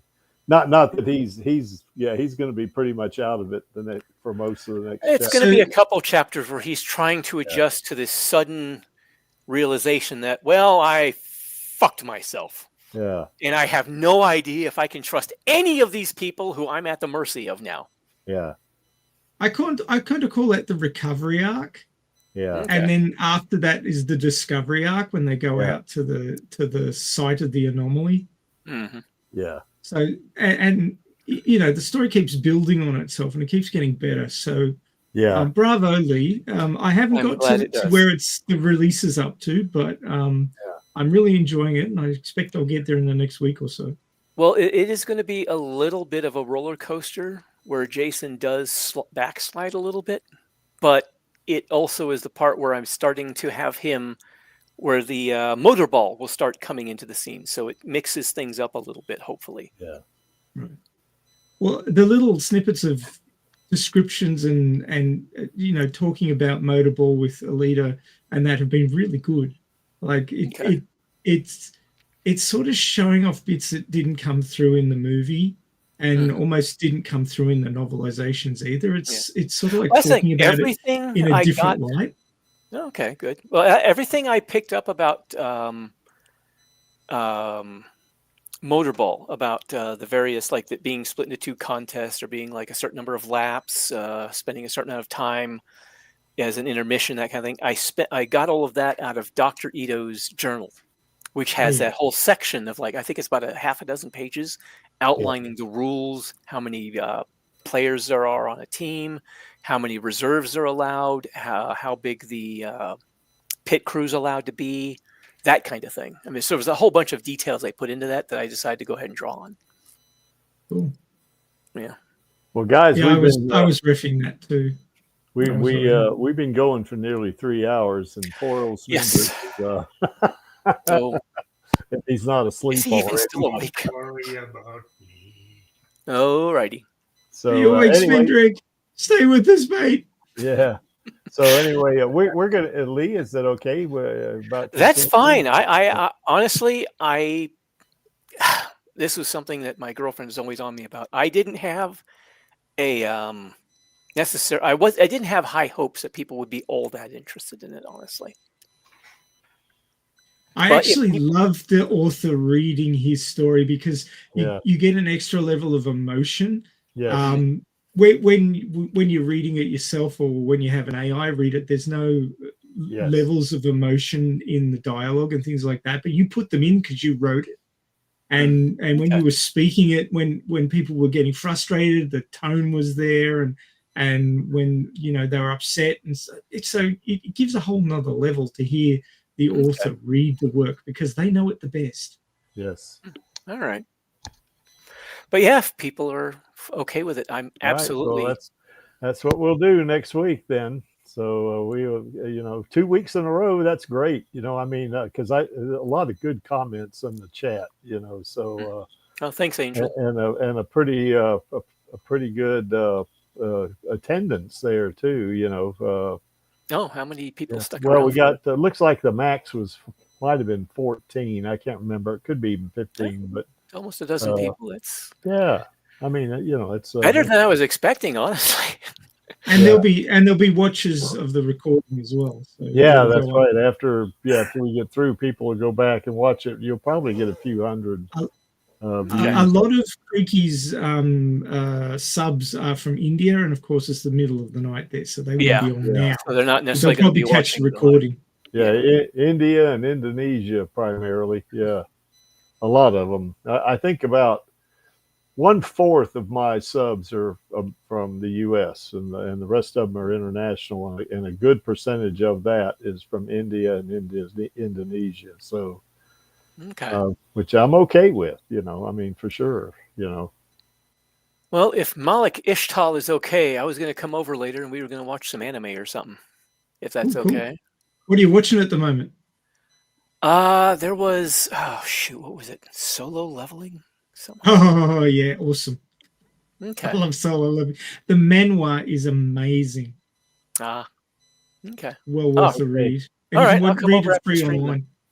Okay. And is that not Malik Ishtal, or as opposed to Malik? Well, it's a character from Yu-Gi-Oh. I think it's Malik. Ah, Oh yeah, solo leveling and ghosts. yes. Okay, cool. And I think we were watching House of David too. I'm not sure if that one's updated or not though. Yeah. Yeah, we watch a few things now and Cool. again. Solo Leveling has 2 seasons out, and they should all be dubbed by now. Okay. Yeah, Oh, yeah. She says her sons love it. So yeah. Okay. Yeah, she and All my right. youngest godson are always spending time together watching episodes of things Oh, that's when cool. she's got the free time. Yeah. I'll just throw this out there, but it's pretty spicy. But a YouTube channel called the Anime Boys, BOIS, do these anime abridged sort of comedy things, and I think she might have watched those. In fact, it sounds like some stuff that she's watched in the past. they've recently released like they're doing this thing where it's kind of like turning Solo Leveling into a dating sim kind of thing. Okay. Called Riz Leveling, and God, it's funny, and it's very spicy. I'll admit it's very spicy. There's some things there. Okay. What is the name of it, Maxie? It's called Solo Leveling Abridged Shorts. But there's different seasons. There's Sister Leveling, Prison Leveling, and the most recent one is Demon Leveling. And the demon in question, the character Essel, is my favorite character out of the entire series. And, and I have talked about that. We did. We talked about Essel. And basically the non-canon abridged short Demon Leveling has a better ending for her than the actual canon does. All right, guys, well, we'll move on. Okay. Did we miss anything? I don't think so. Real quick question. So next week, read 1, maybe 2 chapters, depending on how long it takes. Yeah, probably. We missed 26 other chapters. There's plenty. We're not. Okay. Yeah, now you know what? I wasn't sure how it was 1 or 2. I mean, if it's just one, eventually we'll probably cover all of them, but we can't do it in consecutive weeks. That's fine. Yeah. Okay, so I don't think we missed anything. I mean, it's really enjoyable, and I really encourage folks. I put the link in the chat up above to go read Lee's fanfic. Almost said novel. It is pretty much like a novel, isn't it? Yeah. But it's really enjoyable, and I know, like I've said before, some of my yes. I was just going to say the average novel is somewhere between light novels from Japan are like 50,000. The dime store novels, like little adventure stories and stuff, are about 50,000 words. Normal novels are somewhere between 70 and 150,000 words. Lee's current word count is over 250,000. Yeah, so that's right. It's more than a novel. It's more like a series. A little over 250,000. Yeah. So it's more like a series of this. It's what we would call a meta novel. And he's not done yet. He's not finished. He's not done. That's right. Yeah. A story to tell. Yeah. Yeah. You do know that once I've caught up, Lee, I'm going to hound you mercilessly. Yeah. Okay. All right. Then. So anyway, next week coming up on the channel, I guess on tomorrow we got the next 2 videos are going to be music videos. One's Broken Wings, and God, I can't hardly read that one, but I can't read. It's The Girls Just Want to Have Fun. That's what it is. That's coming up on day after, I guess 2 days after tomorrow. And then on the 14th, or if you're living in the future, I'm going to do another Rosa Salazar video, because I like to do a Rosa Salazar video for our queen about once every 3 weeks to a month, because, we really, Rosa's our queen, and we want to show her that we appreciate her, And then, of course, next week as the Alita live stream, we're going to continue with this with Lee's fanfic reading, and who knows, we might get 2 or maybe 3 chapters in again next week. So that would be pretty cool, I think. And Maxie, you'll love this. Maxie said, Gary, yeah, I said my name well. Okay, Gary. We all know you, Gary. Yeah. You send, send us some of those subs our way, which I have no problem doing that. So anyway, and this is a repeat for the Alita Army channel, because we have a lot of fun on those streams. Especially when Blotty comes on and rants. We love that.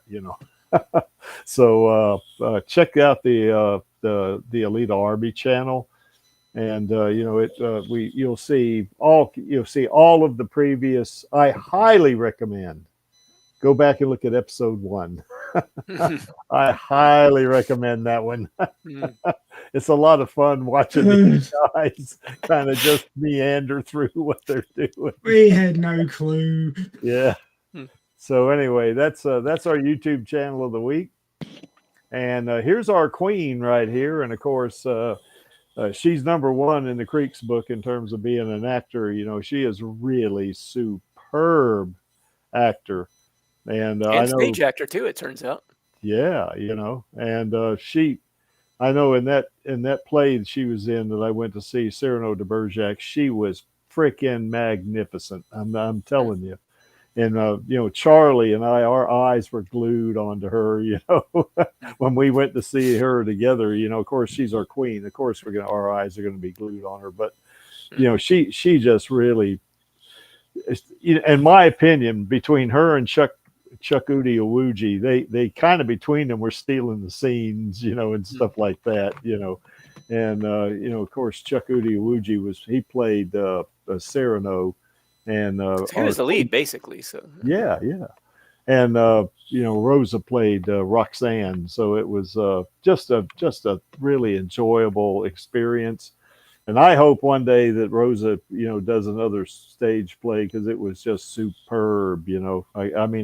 Well, I'm not going to wax on lyrical because I will. Anyway, let's give a shout out also to Elle Lamont and Jesse Fisher, because they brought Screwhead to life. And when we do get that sequel, and the Creek, you guys have heard me say this over and over,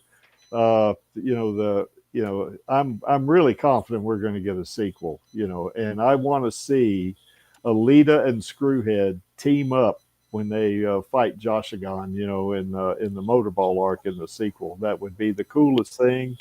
That I guess that Screwhead, it's kind of like Elle said when we interviewed her, that she realizes that she's been used somehow, and she's really pissed off at the whole situation. And to put it in Elle's words, okay, girl, I'm with you. Let's just burn it down. Let's just burn it all down. Yeah. That's what she said. And it was really a good interview. But we want to see all 3 of them in the sequel. And and of course Jessie Fisher, Elle said that she was the most badass stunt woman she ever worked with. So yeah, that's pretty cool. So anyway, we want all 3 of them in that sequel. And Disney, give us the sequel, damn it. That's all I can say about that. Oh, I didn't change that. Damn it. I thought I did. This is not true. This is not true. Tomorrow is going to be a recording. It's going to be special episode number 265, and it's a manga reading. So, because remember, we had to push it back a couple of weeks because we did the watch party and stuff like that. So, it's not Hugo had to go. That's not this will be the next issue in the Badlands arc. Yeah, that's right. So, okay. So join us for that one. And it's going to be, like I say, it's going to be a recording, but there will be the chat if you want to get it, if you want to watch this, and it'll feel a lot like a stream. It won't, it definitely won't. And pick up the share, Creaky. Yeah, I will. So anyway, there it is. That is the correct thumbnail right there. So, so you can see it's going to be same time as always. And, it'll feel like a stream, but it won't really be a stream. So we won't be able to display your comments, but you can still chat with other folks that are watching it and on a premiere, because it'll be a premiere. And it's those manga readings are a lot of fun as well. I mean, anytime we do a reading like this of any kind, it's I know I thoroughly enjoy them. So check that one out tomorrow. And of course, after the stream, and that is the right link that you see right there, we have something called the Stammtisch after party. And what that basically is that you I'm going to put the link in the chat here so you can click on it, but you can come talk to us. And there it is. It's in the chat right now. So, we just sit around, talk. Now, we're probably not going to have a very long one today because we've been doing like 3 hours, and poor old Sandrick, he's probably suffering from insomnia right now. So we sit around, we chat about stuff. We'll even show some of photos or images and maybe some artwork, and just chat about things in general. So we can just have a good time with it. And this is not streamed, so you don't have to worry about people seeing you and hearing your voice over the internet and all this. This is not streamed at all. This doesn't go to YouTube or anything. This is after the stream is over. And we are the Alita Army, and we certainly are. We're the most positive Alita the most positive fandom, almost says most positive Alita Army. Yes, we are that, but we are the most positive fandom. Is that not right, Maxie? And that is quite correct. Yeah, and we support Alita and Rosa passionately and positively. And this, Disney, we are here to stay. We're not going anywhere. I mean, if it irritates you, tough. We're going to stay here, and I know the creek. Well, if Iger is irritated by it, there is one way to ease that irritation. Absolutely, yeah, he can Catch the damn itch and make the seagulls. Yep, that's right. Yeah, that's right, Ash Blackwind. Elle brought that up herself. That she said, and as a matter of fact, I did hear from her on Instagram.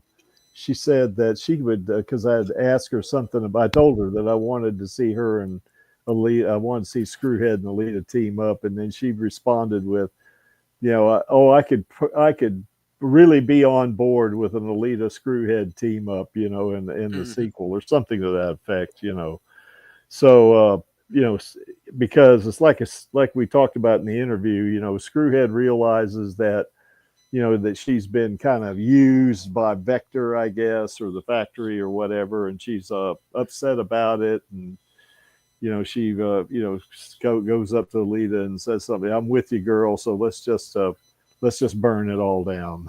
I think it's the way she put it. So I think Screwhead and Alita would be a really good team up, I think. So anyway, that's that. Now, why is this image here? Well, that image is there because I like it. And of course, not only am I the producer and stream manager, but I'm also the janitor and the chief cook and bottle washer. So the buck stops right here. And to paraphrase Gruishka, I'm only here for our girl and the Alita Army. And of course, all of us in the Alita Army are only here for our girl. And that means only one thing left to do, and that would be our call to action. It's the same one we do, in the Radio Chaos. That would be on my count of 3. 1, 2, 3. Film those sequels, baby. Baby. Well, that was pretty awful, but we'll have to let it go. Yeah, I think so. All right, folks. So we'll see you next week on the Alita live stream and on the recording tomorrow at Radio Chaos. Bye. Take care. What's up, Alita Army? This is Hot Toys Alita, and I hope you enjoyed this week's Alita live stream. Please join my Uncle Creek, Angelus, and our other guests for next week's show. Remember, I do not stand by in the presence of evil, and film those sequels, baby. See you next time.